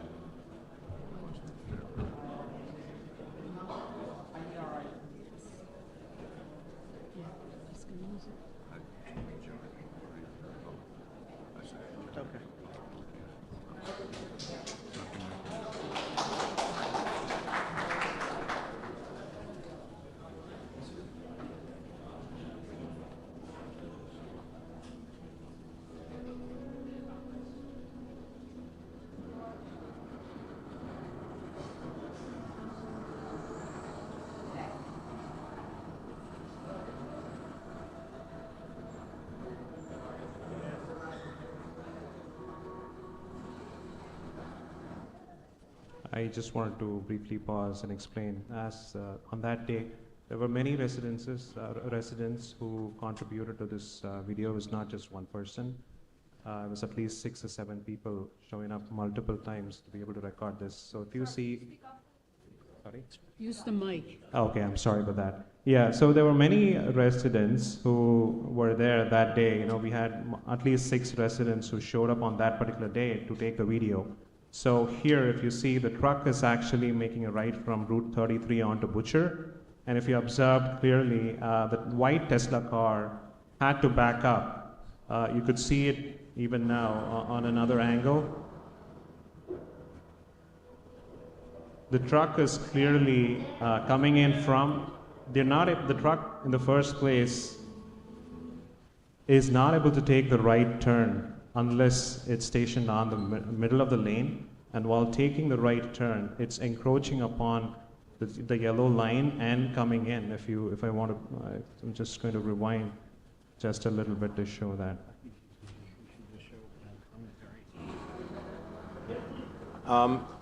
Just show the video, please, no commentary.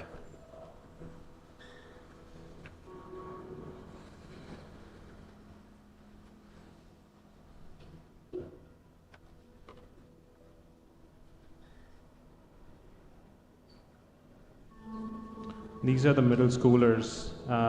This is just a random excuse day, me. and this is the 32-second Yeah, excuse me. Just show the video. No commentary, please. Okay.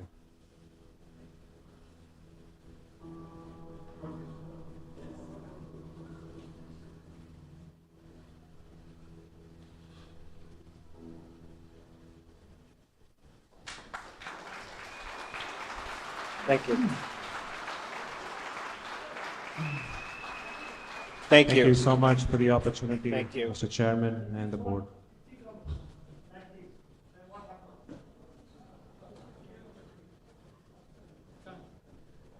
You swear to tell the truth, the whole truth, and nothing but the truth, so help you God. Yeah. Yes? And are you talking about other issues other than traffic? Yeah. Good. Okay, full name. What's your full name, spelling and the last name? My name is Vishnu Vadakane. My last name is spelled V-A-D-A-K-A-N-E.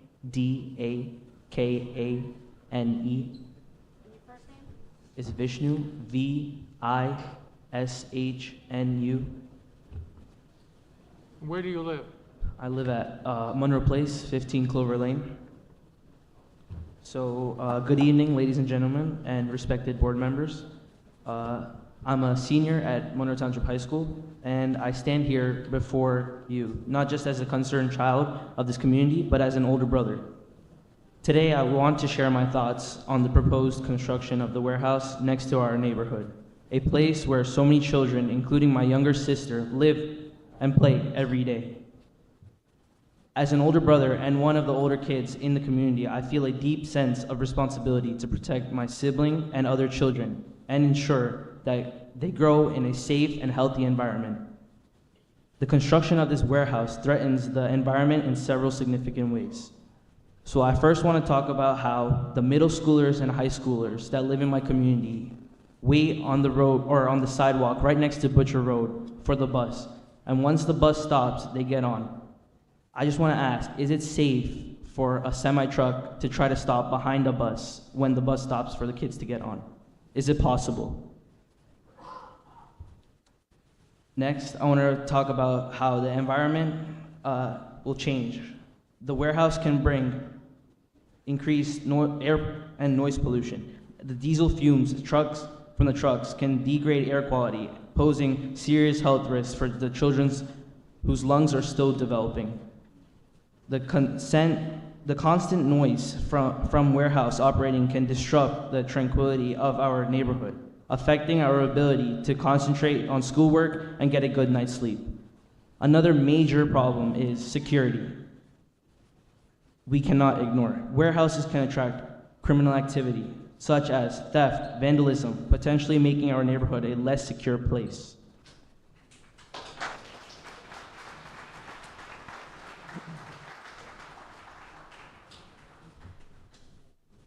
Furthermore, the presence of a warehouse can affect the character of our community. It could lower property values and make our neighborhood less appealing to future families. We risk losing close-knit, family-friendly atmosphere that makes this place so special.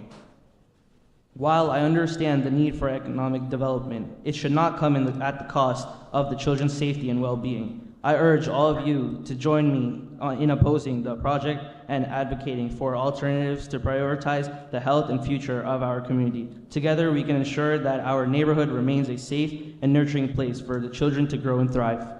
Thank you for listening.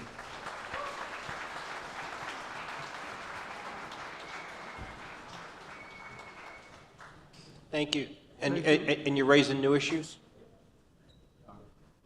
My name is Chirag Kotwal. Chirag Kotwal is my name. My last name spells K for King, O for Orlando, T for Thomas, W for work, A for Apple, L for London. You swear to tell the truth, the whole truth, and nothing but the truth, so help you God. Sorry, I cannot. Please.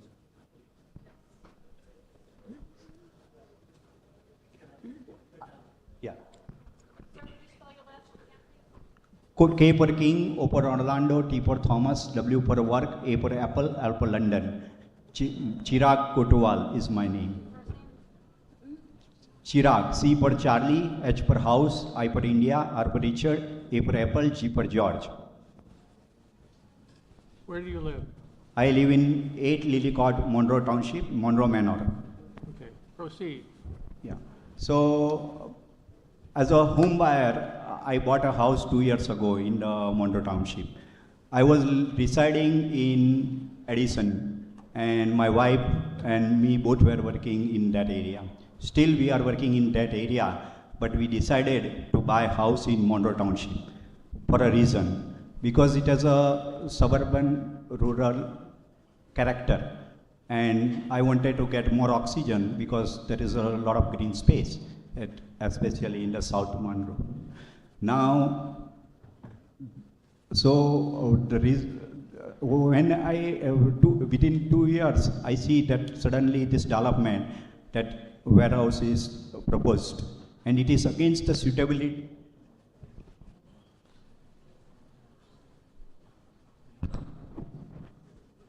It is against the suitability and the character of the Monroe Township. If I am the one of the example of so many home buyers which decide to move to the Monroe Township. Now, Monroe Township and certain other Hillsborough and Cranberry and all these are the newer development area. It is a new New Jersey. So we should not have the example like Jersey City or Edison. At that time, whatever the planning board was there or their zoning board, that is the result currently you see. Even the Edison. So this is not 1974, this is not 2004, this is a 2024. We are a planning board of 2024.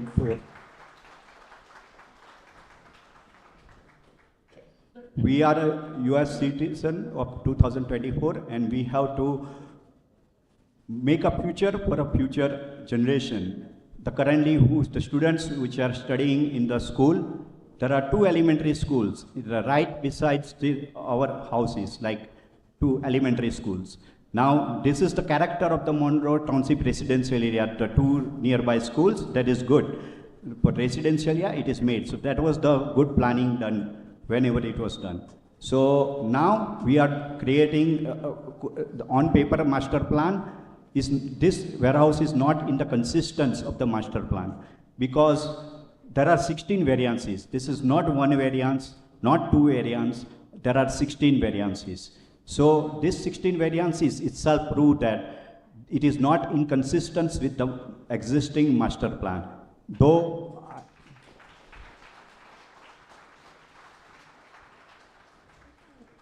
there is, I understand that there is a 20 dock warehouse, like trailer dock is there.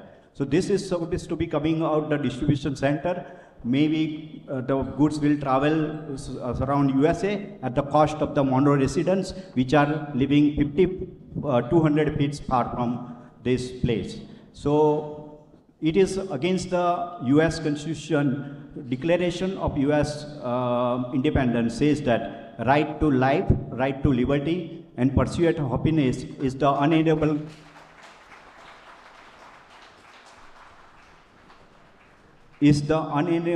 right for a child who born in USA. So USA is a democratic country, and which inspires other country to go democratic. However, we are a democratic country, but the action, whatever the master plan is that they have give a right to the business to apply for the warehouse, but it is against it is a public hazard. And master plan should not only planning board should shut down this application. They should request the mayor, council board, in conjunction with the zoning board, to change the master plan, because there is how come this type of application takes, and we have to discuss, and manpower hours are invested when it is against the fundamental right of the US.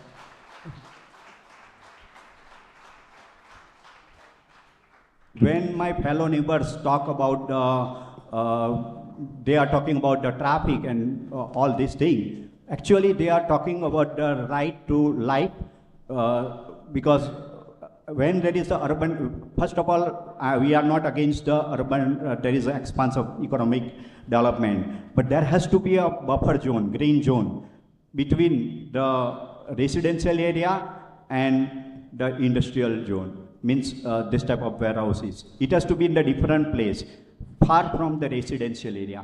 Then only it adheres the US Constitution, which gives a fundamental right for a liberty and to live life happily, pursuit of happiness. Pursuit of happiness, which is in the Declaration of Independence, says it is affecting this Monroe residents. And we are 7,000 residents. So 2024, when we are talking about the planning board and all these citizens, whoever decision makers, they have to adhere to the US Constitution, which has given the fundamental right for, and it is the First Amendment, freedom of right to move freely. Pursuit of happiness depends upon the pursuit of happiness depends on the quality of life. Why we should have to lose 2 minutes more for each individual lifespan in order to go commute? Okay. And can you wrap up? It's beyond the 5 minutes. yeah, and I also would like to highlight is that planning board should have an independent study for they should order the independent study for a traffic, not just the warehouse applicant proposed it. Even if it is licensed, there are so many licensed professionals. So Monroe Township Planning Board should propose recommend planning Monroe Township to have an independent study. Also for a traffic study. Also they should have an independent study for water storm management. So that study has to be ordered. If any by chance, even 0.01% chance, the planning board is considered in the favor of warehouse applicant. Thank you. So, Mr. Chairman, before we have our next witnesses, who look like wonderful witnesses, can we make sure that our witnesses stick to the facts of this meeting, which is a planning board meeting about this particular application? I understand a lot of people had certain premonitions when they moved to this town, people concerned about growth, people are concerned about taxes, our master plan and things of that nature.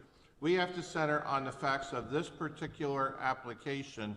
It would be improper for this board to be considering outside factors. So we have to focus on what's here, the reason for this warehouse, and we do understand, and you know from the first meeting, traffic, safety, there are many, many factors that we've heard, but trying to get it focused to what we're talking about here. So when we make our decision, it'll be an intelligent decision based on the factors in this application. Thank you, Mr. Chairman. Go ahead, sorry. Hi, my name is Anav. My name is Anav, A-N-A-V. My last name is Nama, N-A-M-A. And I live at 16th Clover Lane, Monroe Place. Did you hear me swear the other witnesses in? What? We're going to swear you in as a witness. Go like this. Do He's going to swear you you in. swear to tell the truth, the whole truth, and nothing but the truth, so help you God? If you want to proceed, say yes. Yes. Okay. Okay, you can go ahead. You can speak now.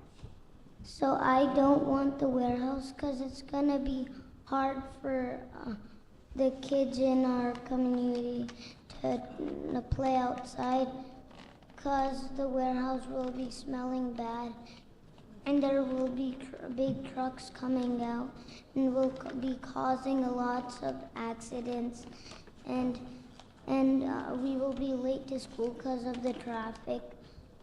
And I want to say that if we're late to school, we will miss stuff that we have, which are very important at school. And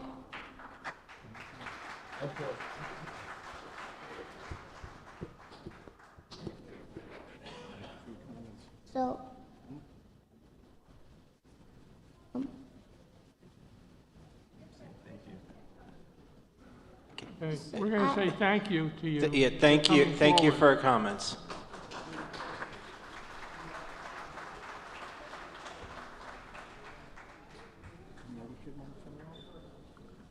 Raise your right hand. Do you swear to tell the truth, the whole truth, and nothing but the truth, so help you God? Hi, good evening, everyone. My name is Praveen Gurram. I live in 422 Morning Glory Drive in Monroe Manor. Can you spell your name? Praveen Gurram, Praveen,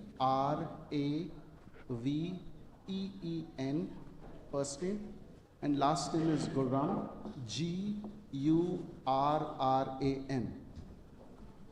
And you said you live where? I am living in Monroe Manor, 422 Morning Glory Drive.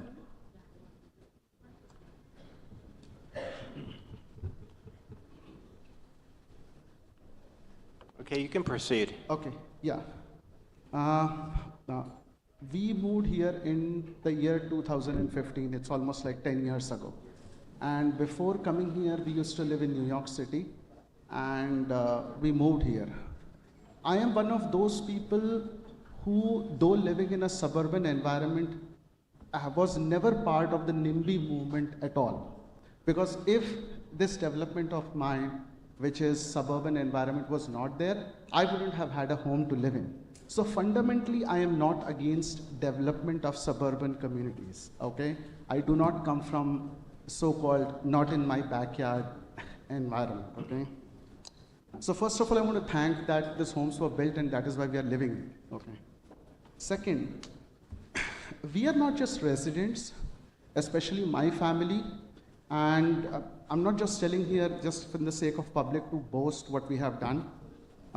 We have organized 3 blood drives in the last 3 years, saving more than 300 people, collecting blood for them. You can ask the record in the Monroe Township Public Library, so you can see that. My wife actually even works at the volunteer school in the evenings once a week. So we have been part of contributing members of the community, okay? My last 1 year of my life has been one of the toughest phases of my life, okay? I broke my foot last year, but I was able to recover in a couple of months. But in the month of March, my daughter fell down, and she had a very serious knee surgery in the month of April, okay? And she had a surgery done at the hospital for special surgery in New York because it was a very serious knee injury, okay? And both, I work in Jersey City. My wife commutes every day, all 5 days. So we are not that, we are at home. And so what used to happen was, my daughter comes from school when the school bus reaches, like, at around, whatever time it reaches around, that, right, okay? Either myself or my wife have to be there at the school bus stop, okay? Not even 5 minutes late, because my daughter cannot walk from the school bus stop to the home, even though it might be half a mile, okay? Or 1 mile right from the Jessica Drive where the school bus stops to my home, okay? But she cannot walk that. Imagine on a freezing day, if me and my wife are not able to reach the school bus stop on time, how will my daughter walk from the school bus stop to home independently? And not only that, unfortunately, we just came to know that she would need a second surgery, which is gonna happen next month, okay? Schools have started, okay?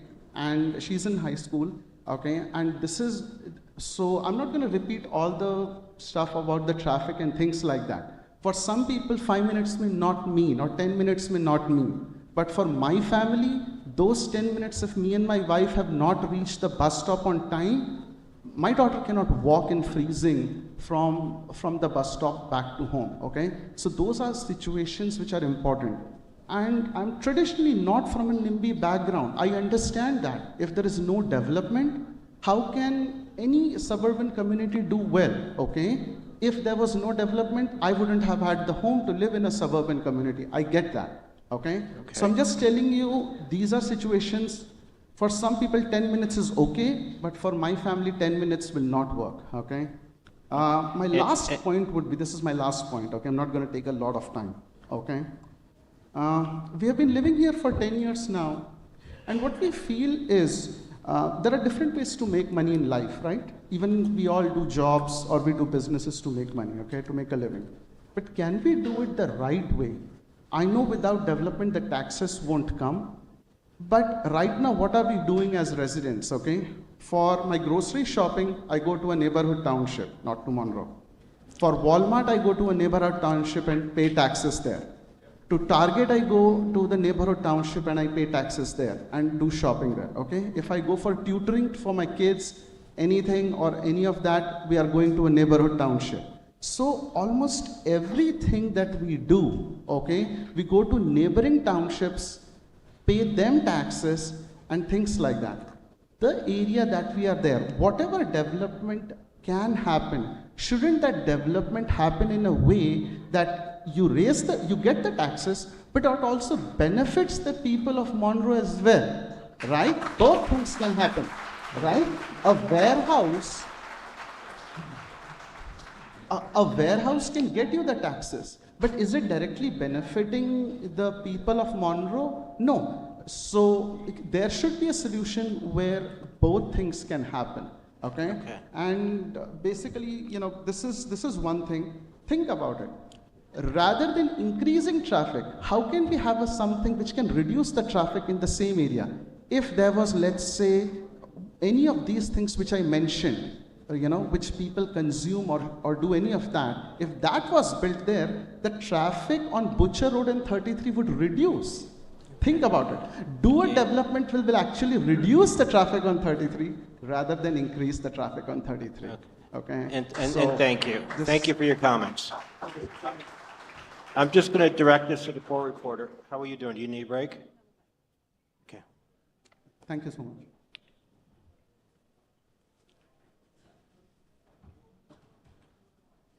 Raise your right hand. Do you swear to tell the truth, the whole truth, and nothing but the truth, so help you God? Say your full name, spell your last name. Lydia Galaby, Galabi, and I live at 12 North Disbrow Hill Road in Monroe. Okay, proceed.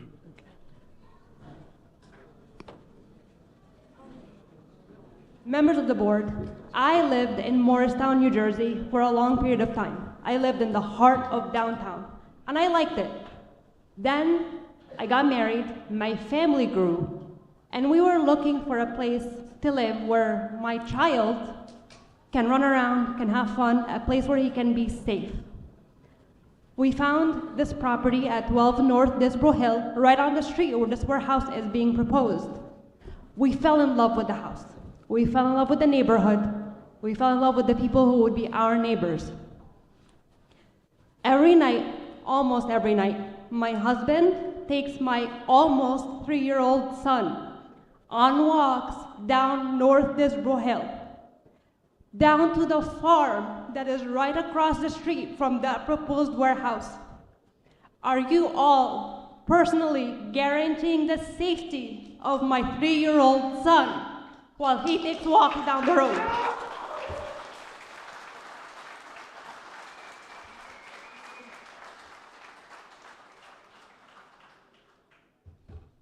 Members, representatives of federal business centers, are you personally guaranteeing the safety of my son? Make your comments to me, please. How is this okay? How is this okay that you want to put a warehouse in a residential area with very, very young children? My neighbor has a 7-year-old and a 5-year-old. And this is where you're proposed to put a warehouse? It is not okay, and this should be rejected. Thank you.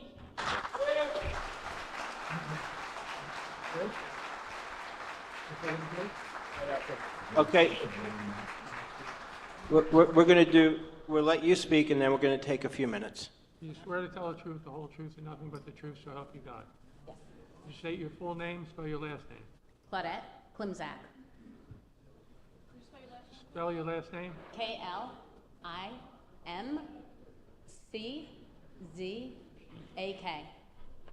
And where do you live? 25 Wisteria Court, Monroe Place. Okay, proceed. She spoke at the last meeting. She spoke at the last meeting.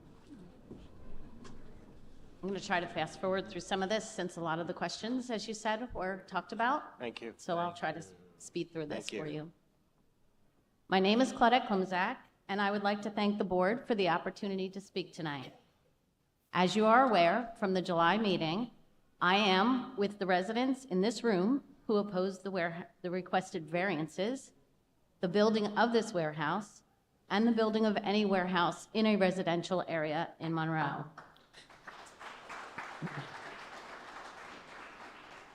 I have two parts to my speech.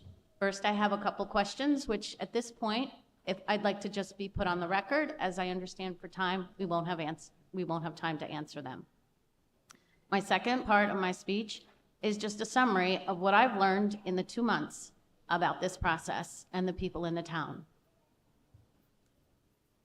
My first question is, we would like to have the answers to the action items from the July meeting. There was a DOT meeting that was supposed to take place with federal and someone on the board. We would definitely like to hear the results of that. My second question, there are 2 small bridges in the area of the proposed warehouse, one on North Disbrow Hill and one on Butcher Road by the intersection of North Disbrow Hill and Butcher Road. My question there is, was there an analysis on the culvert drainage impacts on these bridges with the building of the proposed warehouse? Skip my next one. My next couple were with trucks, so I'll skip those. My next question, if for some reason, after hearing all of the objections from the residents, you vote to approve the variances allowing the warehouse to be built, what safety measures will the board ensure are put in place in the surrounding area?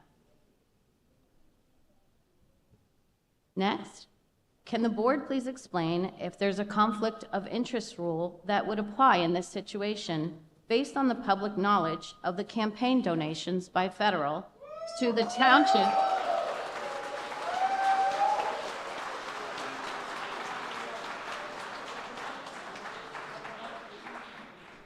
township elected officials that should cause this application vote to be moved to another township council?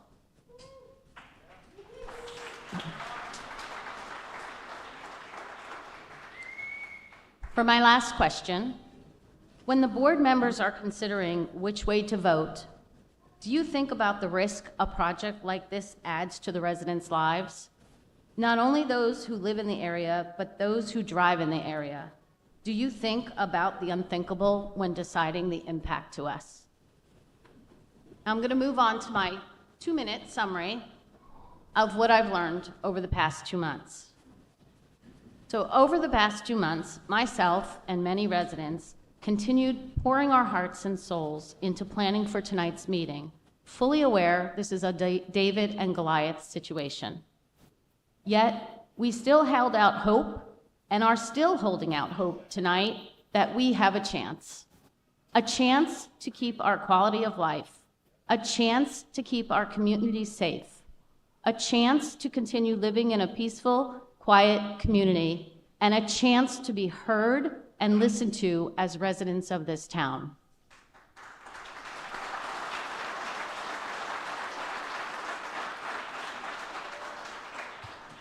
For the past 2 months, part of our efforts included talking to residents across communities, informing them about this warehouse proposal, encouraging them to come to tonight's meeting and speak out against the approval of the variances and the warehouse in general.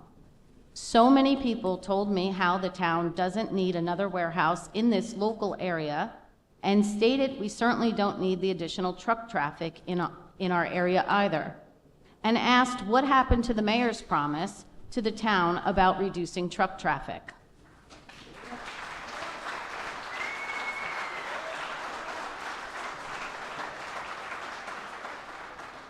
Many residents also told me how mentally taxing the thought of a warehouse coming into their communities has been on them, and how exhausting and time-consuming to our lives it's been for preparing for tonight's meeting. However, they knew they had to put in the effort to have a chance. But what really resonated with me the most over the past 2 months was how many residents felt the township didn't care about them. It was clearly an eye-opening educational experience for me. What I learned is there are so many residents who really don't feel the people they elected into office care about their opinions.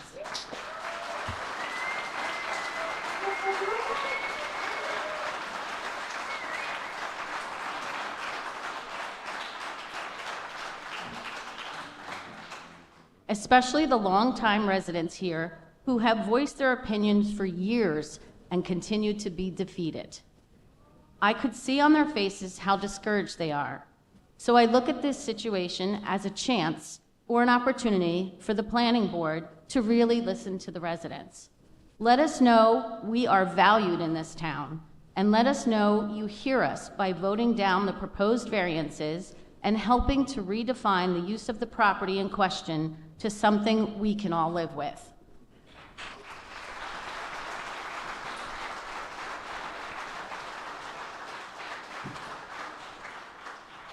I thank you all for your time tonight. Thank you, Claudette.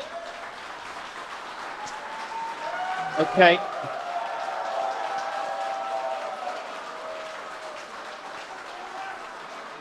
Okay, we're going to take a few minute break.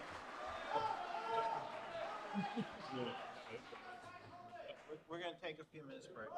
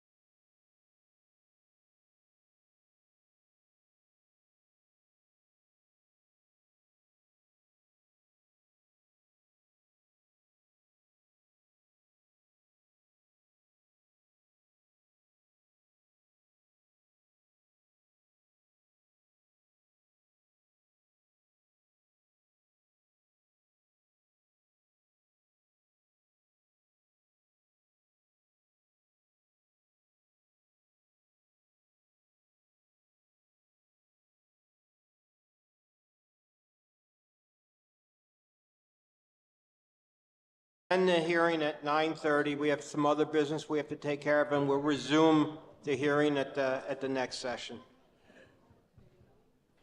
And again, please, if you can avoid repetitiveness, and also hold your applause till the end after the speaker's speaking, so we can get through it as much and have as many speakers as possible. Yep. And also, in the back, when folks are up here speaking, just try to keep your voices down, because it's hard for us to hear sometimes up here. Okay, you swear to tell the truth, the whole truth, and nothing but the truth, so let me finish. Gotta turn it. Just tap it. Just push it down. There you go. There you go. Do you swear to tell the truth, the whole truth, and nothing My but name the is truth? Sidan Rayella. Okay. I want to stop the warehouse because it's very dangerous. Before you speak, we have to see who you are. So you're going to tell us your full name, Sidan Rayella. and we're going to ask you to spell your last name. Rayalla. And where do you live? What's your Monroe Place. first name? First name. Siddhan. Okay, I didn't hear you when you said where you live. Where do you live? Monroe Place. Okay, you can go ahead. I don't want the warehouse to be there because it's very, very dangerous. Because inexperienced drivers, like college people, they can't drive well, and there's trucks coming, and the traffic will jam. That means it's hard to drive. And sometimes I'm late to school, so I get in my car and go to school. If there's a traffic jam, I'll get late to school. So, I don't want the warehouse. Thank you. Thank you.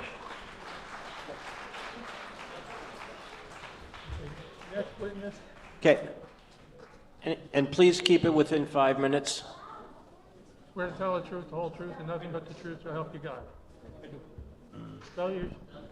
Give your full name and spell your last name. My name is Suchit Malhotra. My last name is Malhotra, Malhotra. First name is Suchit, Suchit. I live in 264 Morning Glory Drive, Monroe Township, in Monroe Manor. Okay, what would you like to tell the board? Sorry, sir? Proceed. Thank you. So, respected board members and chair, thank you for this opportunity to speak this evening. I live in Monroe Manor for about 10 years now. During the last few years, I have seen incremental growth of residential communities such as Monroe Place, Arbors, D.R. Horton, Enclave, as well as 2 gas stations, McDonald's and Tractor Supply on the either side of 33, which resulted into multiple entries on either side of 33. All these additions have brought substantial amount of traffic to that junction. The jug handle, as well as the road from communities, gas station are always backed up, especially during the peak hours.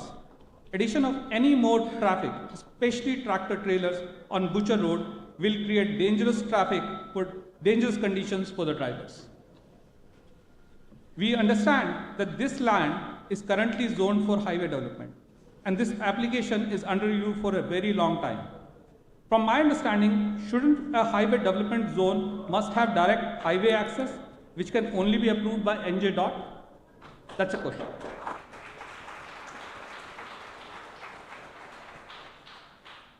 As we have seen in the video, the turning radius from 33 to Butcher Road, as well as turning radius from to North Disbrow Hill to Butcher Road, is not adequate for the tractor trailer. The width of these roads, especially North Disbrow Hill Road, as well as the back road of Disbrow Hill, is not wide enough for truck traffic. I have personally experienced tractor trailers driving on Disbrow Hill Road takes around 60 to 70% of the road. When a truck passes at a speed limit of 45, the cars on the opposite side need to come to a full stop and potentially use the curb or grass for safety. And this has happened several times during my tenure living here.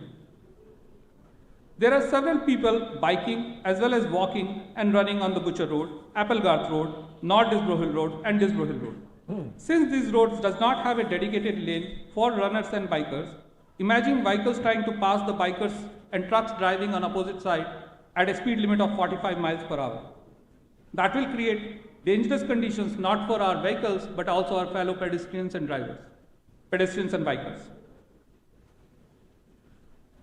I would highly suggest everyone here to drive down Butcher Road in the morning.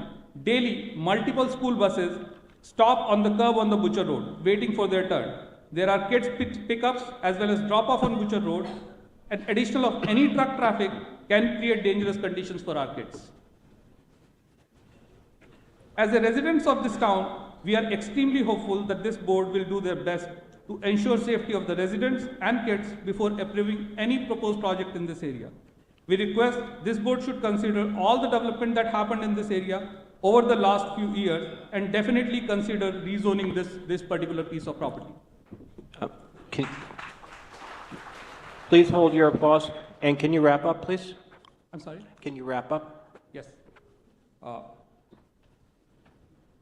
We request that this board to mandate several changes to the road infrastructure before considering any new building on the Butcher Road, which includes widening of road, extra lanes for bus traffic, dedicated lanes for bikers and pedestrians, increased turning radius for the truck traffic, speed limit re-evaluation for all these roads, time restrictions such as nighttime restriction and the peak hour restriction for the truck traffic. Thank you. Thank you.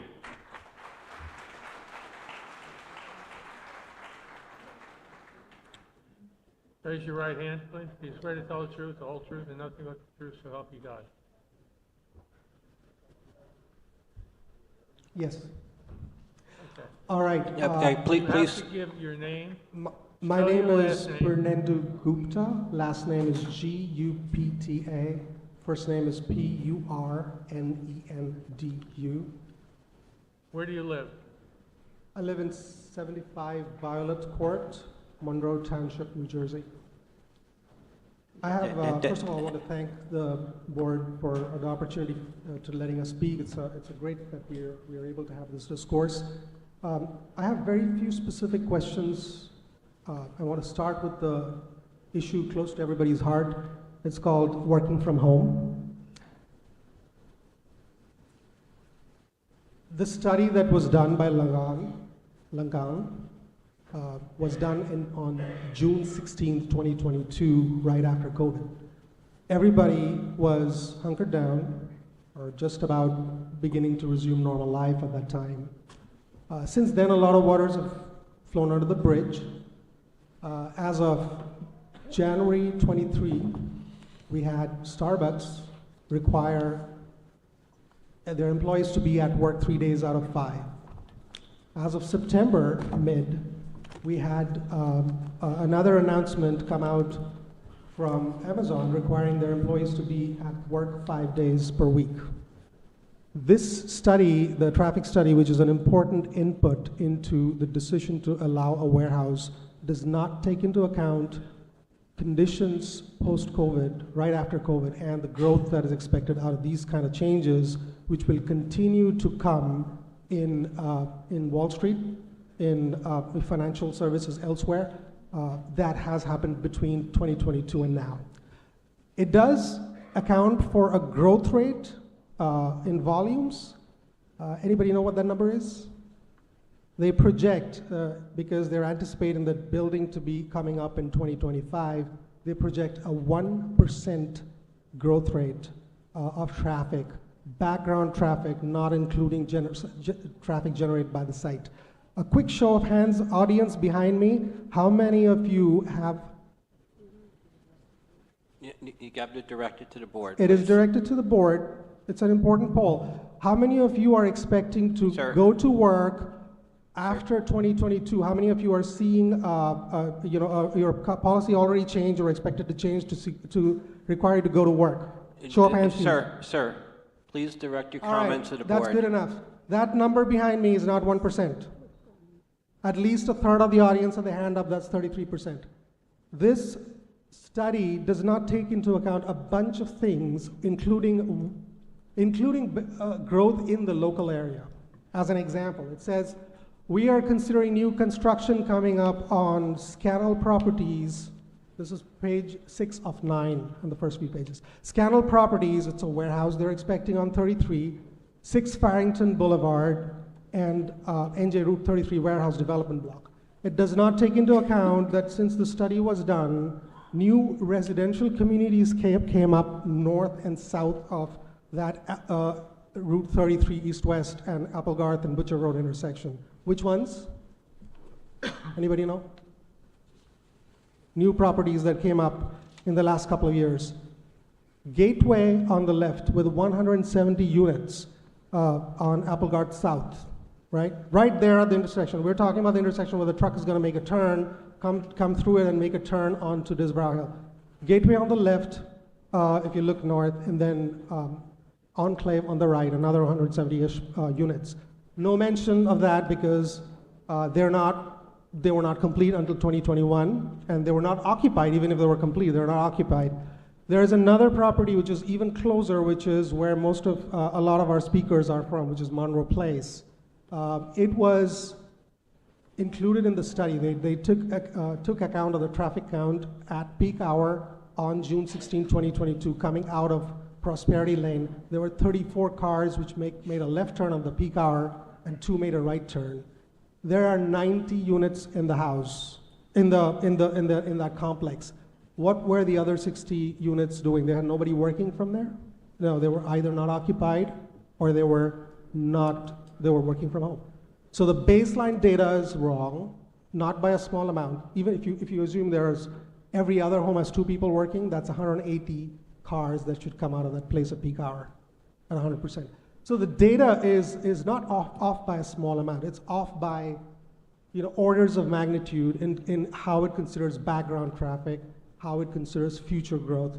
And for that reason, you should throw this out, do a fresh study, and base your decisions out of that data. Thank you. Thank you. Thank you.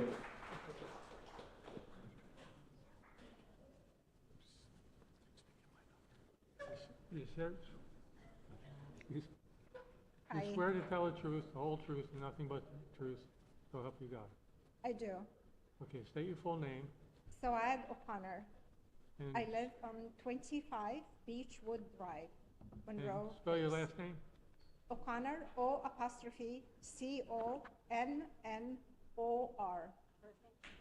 Soad, S-O-A-D. D like David.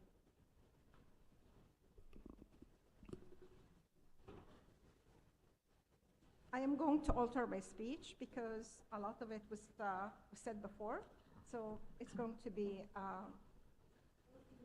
smaller than before. Sorry. I live 200 feet away from the land proposed for the warehouse. I stand before you today to express my opposition to this project.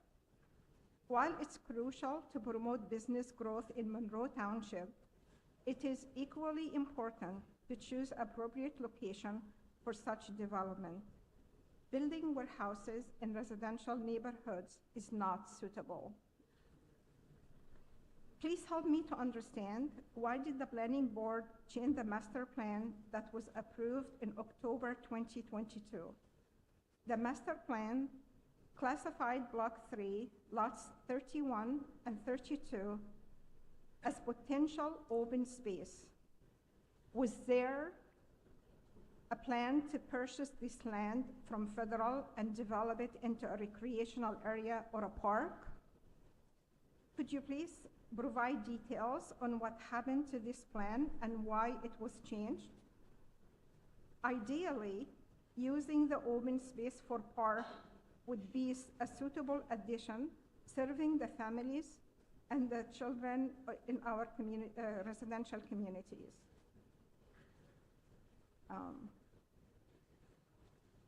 I moved 4 years ago to Monroe Township.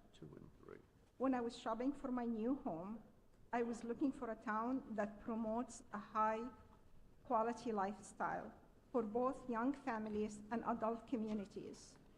I made the decision to invest in Monroe Township for its space and nature, community feel, family-friendly environment. I also know that Mr. Delena, our mayor, promised during his campaign to prevent heavy trailers and trucks from becoming part of the normal traffic in Monroe Township. What happened to that promise? Why did it change?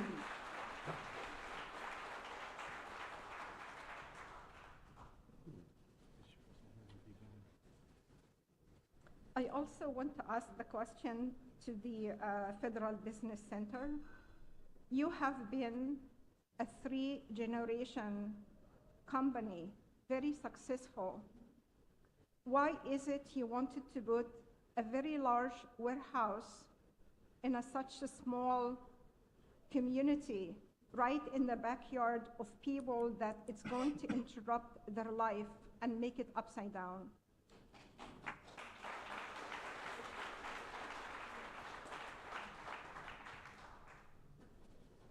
I trust that you will all make the appropriate decision that accommodates Monroe residents while allowing companies to invest in Monroe Township in suitable business locations. Thank you. Thank you.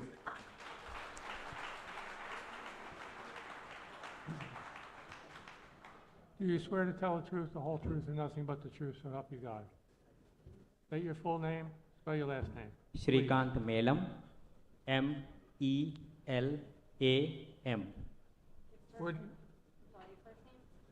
S-R-E-E-K-A-N-T-H.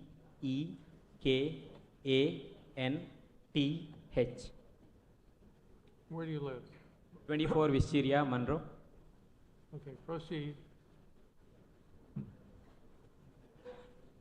I would like to thank you, Mr. Mayor, and the Planning Board, also the supporting staff for giving us this opportunity, patiently listening to all of our concerns. Before I start, many residents in the back asking if there is a way they can say that they're here to oppose the warehouse by writing their name or raising their hand, because they all believe they may not get chance today. There is a question coming from the residents I would like to ask on behalf of them before I start my concern. I'm not quite sure I understand. So everyone asking they may not get a chance to speak today or convey that they are here to oppose the warehouse. They're asking what is a way that they will be heard today or raise their concern. Understand, we're just suspending the hearing tonight. We're not stopping the hearing. Oh. So there'll be more opportunity.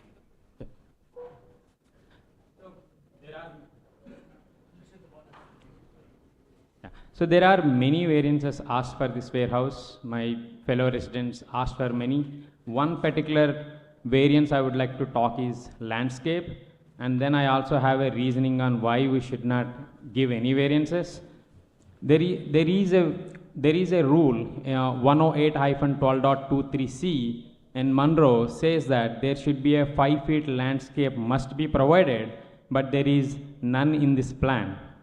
Not having sufficient landscape can have so many impacts. Some of them are, say, the loss to the biodiversity. They will not have any support in the absence of trees. And take the climate. If any of us subscribed those messages which alert us on floods, imagine how many alerts we received in last 2 years from Monroe saying that XYZ road is blocked because there is flooding, or some English Town road is blocked because there is flooding. If we keep damaging the landscape, we are going to impact this climate and we are going to impact the floods more and more, right? And the reason why we should not give any variance, not only this variance is, if I take the respected members little back in timeline, couple of years ago, from our community, when we applied, we live in a community with a small backyards where we wanted to build decks or patios.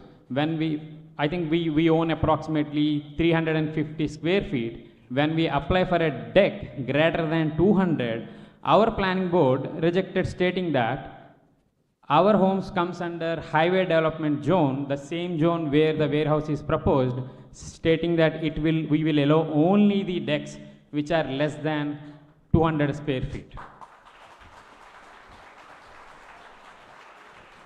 Yes, that is our backyard. We wanted to build. Our planning board members did not allow. Yes, we were initially sad. More and more decks are getting rejected. We were angry on why planning board members are doing. But as we think, what we felt is this planning board is experts, right? These experts wrote these rules by envisioning a greater good. That is why they are rejecting. They are not rejecting because they don't like us, right? If a common man like me, or if a poor man like me, or if a common neighbor like me does not get any variance to these rules, why should a business should get any variance? If not one, why? If a person like me does not get any variance, I believe our planning board members think those rules why they have written, and they don't approve any variance for this project unless they are safe. So all I request is please keep in mind why those rules are written, consider those. If they are good, approve it, we don't mind, but if they are not good, please don't approve. That's all I would like to say. Thank you so much again for the Thank you very opportunity. much. Okay, we'll take two more people. You swear to tell the truth, the whole truth, and nothing but the truth, so help you God? Yes. Okay, would you state your full name and spell your last name? Amarendra, S-O-N-T-I is my last name. A-M-A-R-E-N-D-R-A, Amarendra. And where do you live? I live in 6 Wisteria, Monroe Township. It's in Monroe Place. Okay, proceed. So I echo with each and every member before me who has spoke of the neighbors. I echo with all their concerns. Apart from that, I would like to have raise two questions to the builder here. One is it going to be a fulfillment center or a distribution center? So there is a huge difference between a fulfillment center, which is like maybe an Amazon fulfillment center, where we can expect huge number of traffic. It's a big business. Or is it just a distribution center, which is a local distribution center? What is the difference between this and that, and what is the traffic difference between, are they expecting it? Whatever the consensus they have given, like, the traffic, the numbers they have given. So what are they representing? Is it a fulfillment center? Is it applies to a fulfillment center or a distribution center? And they talked about the traffic study they did, right? So did they consider the residential area around it? How many elementary schools are there around that within the circumference of probably 1 mile, 2 miles? So did they include did they include all these things in their survey or in their study? And there are almost like 10,000 families approximately in just 2 mile or maybe 3 mile radius on this road. That itself is like a huge, maybe around an average size of township. If it's not a village, it should be a township. So this small build, 200,000 square feet of warehouse is impacting more than a 10,000 family. And I don't know how many thousands of school kids are there. So are all these being considered in the traffic study, what they are, when they are doing that? These are the two questions to the builder that I want to ask. And then I have a video of a middle schoolers who are getting down and getting into the bus early in the morning around 5 or 6 o'clock or 7 o'clock. At the same place, the high schoolers get into the bus around 6 o'clock early in the morning. Can you imagine maybe a truck driver, 18-wheeler, going maybe in a sleepy eyes, just driving here and there and hit the bus, or just few inches here and there, or if they didn't stop at the stop sign when the bus stops, right? So can you imagine the damage there? Okay. Maybe you can talk about inconveniences is different, but this is about safety of the future generations. Okay. We should put more thought into it. Can you wrap up? Yeah. Can you wrap up, please? Sure. Yeah. I do bike a lot in the biking areas. We don't have a bike tracks. I do see a lot of townships around us have bike tracks, designated bike tracks. We should reduce the traffic more and provide convenience to the residents rather than bring in more traffic, more trucks, and jeopardize our traffic and our safety. Okay. That's all. Thank you.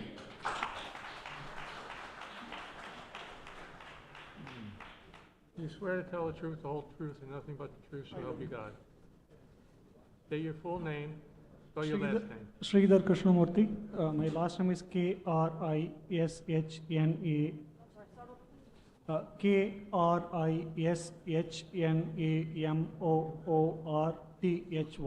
First name Sridhar, Sridhar. Where do you live? 6 Marigold Way.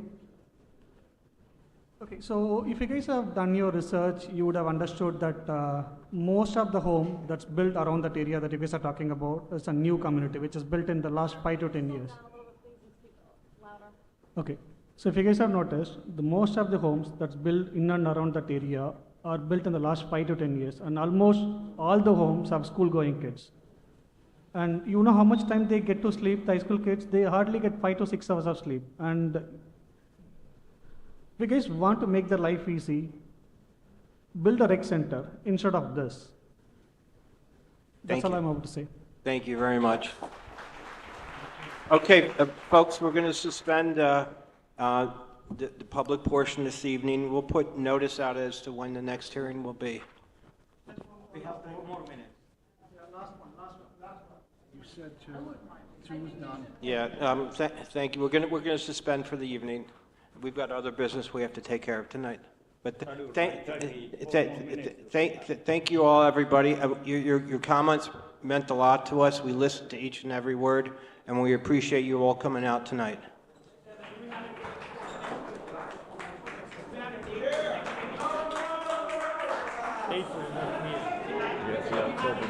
It's the fourth Thursday of every month. Meeting.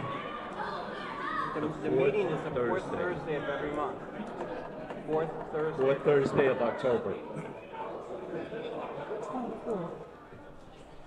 Is that what it is? I would like to note that you promised 9:30 and you are ending it early. You are ending it early. You said 9:30. Ma'am, we have to go into other business.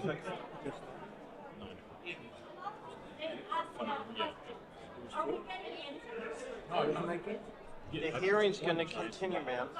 The hearing is going to continue. The hearing is going to continue. The 2 Monday nights, the late game is 2. How early they start. The professionals and the applicant will have an opportunity to respond. I think. Yeah, let me take a look at the agenda later. You know what's scary?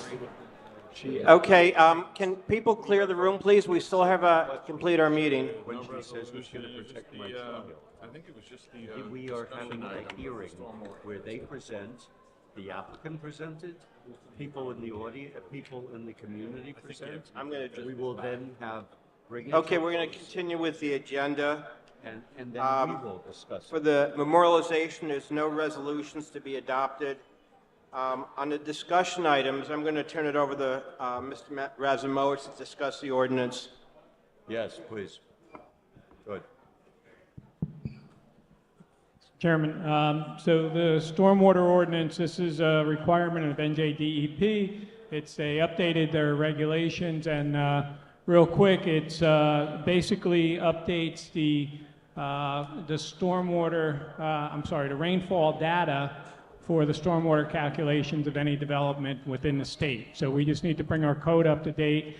It's realistic, where it's taking into account the current storm events that we're seeing, where the requirements of stormwater management prior to this had outdated data, essentially. So they're using more current rainfall data in the calculations, and we need to update the ordinance to reflect that. Thank you. Is there a motion on the table? I'll move. It sounds like an improvement over what we had before. Is that correct? I'm sorry, I couldn't hear it. Okay. Is it an improvement over what was there before? An update, correct? Yes, it updates the calculations, and you would be doing a resolution to the council so that they would vote on it to update the ordinance at the next meeting. Makes sense. I move that we approve. Okay. Second motion for approval. Okay, is there any discussion? Mr. Rothman? There is, let me put it on the record. There is a resolution in your packet regarding the approval. Jerry. It's not on. Just push the button down. There. There is a resolution in your packet regarding this matter where the planning board recommends the ordinance 08-2024-016. So you have a copy in your packet. Okay. We have a motion and a second. Mr. Rothman? Yes. Mr. Patel? Yes. Ms. Damiani? Yes. Mr. Slavacek? Yes. Mr. Weiner? Yes. Dr. Kenzie? Yes. Councilman Van Zora? Yes. Mayor Delina? Yes. Chairman Gaffrey? Yes. Okay, there's no correspondence this time on the agenda. Is there a motion to adjourn? I make a motion to adjourn. I'll second it. Okay, well, I'm going to open up a public portion. If there any items to be discussed by the public, other than the application.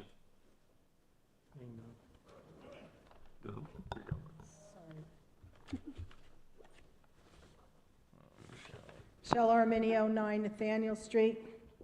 On the discussion item, the stormwater management, when will that go into effect, and will it apply to some of the applications that have not been fully approved? Mark. And Mr. Chairman, this would be a resolution to the council. The council would have to take up a second reading out of that at the next council meeting. Okay, but this is a state mandate? When did the state mandate go into effect? Bear with me.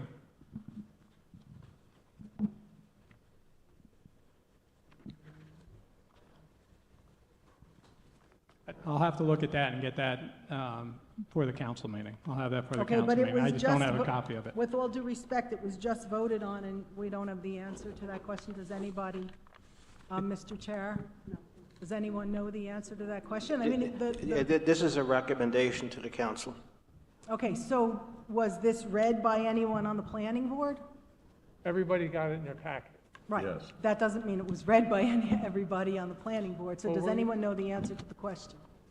That's our job. To- We read what's I know. provided to So us. in the body of that, in the body of the ordinance, does it say when it's mandated to begin? Mr. Chairman, it's following the state regulations and what's required by NJDEP. As far as when it takes effect, that would be legal based on the ordinance. So again, that would be at the time of council, I believe. Okay, and then is the planning board recommending that it is sort of retrofitted to some applications that have not yet been fully approved? Would you consider putting that to the council as well? It's a very important ordinance, it seems to me, because rainfall data is significantly, I'm sure, needs to be updated. And we have flooding issues in Monroe. We have many communities that have suffered greatly from flooding. So I would hope that not only were you going just through the process of putting this ordinance forth, but you take the opportunity to recommend to the council that it should be retrofitted to some applications that are still not yet fully approved.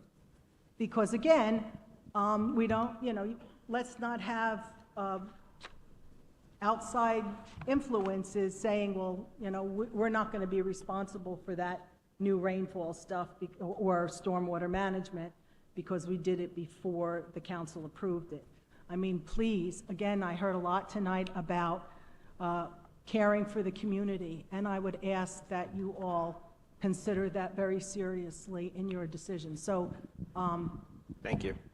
okay, I didn't get an answer, but I'm going to say that that maybe you'll think about asking the council to also approve a retroactive stormwater management issue. You're welcome. Okay. Anyone else from the public wish to be heard on any topic other than the application tonight? Hearing none, I'm going to, is there a motion to close the public portion? I so move. Second. Okay, the public portion is closed. And is there a motion to adjourn? Motion to adjourn. Second. All in favor? Aye. Opposed? We're adjourned. Right. October 24th.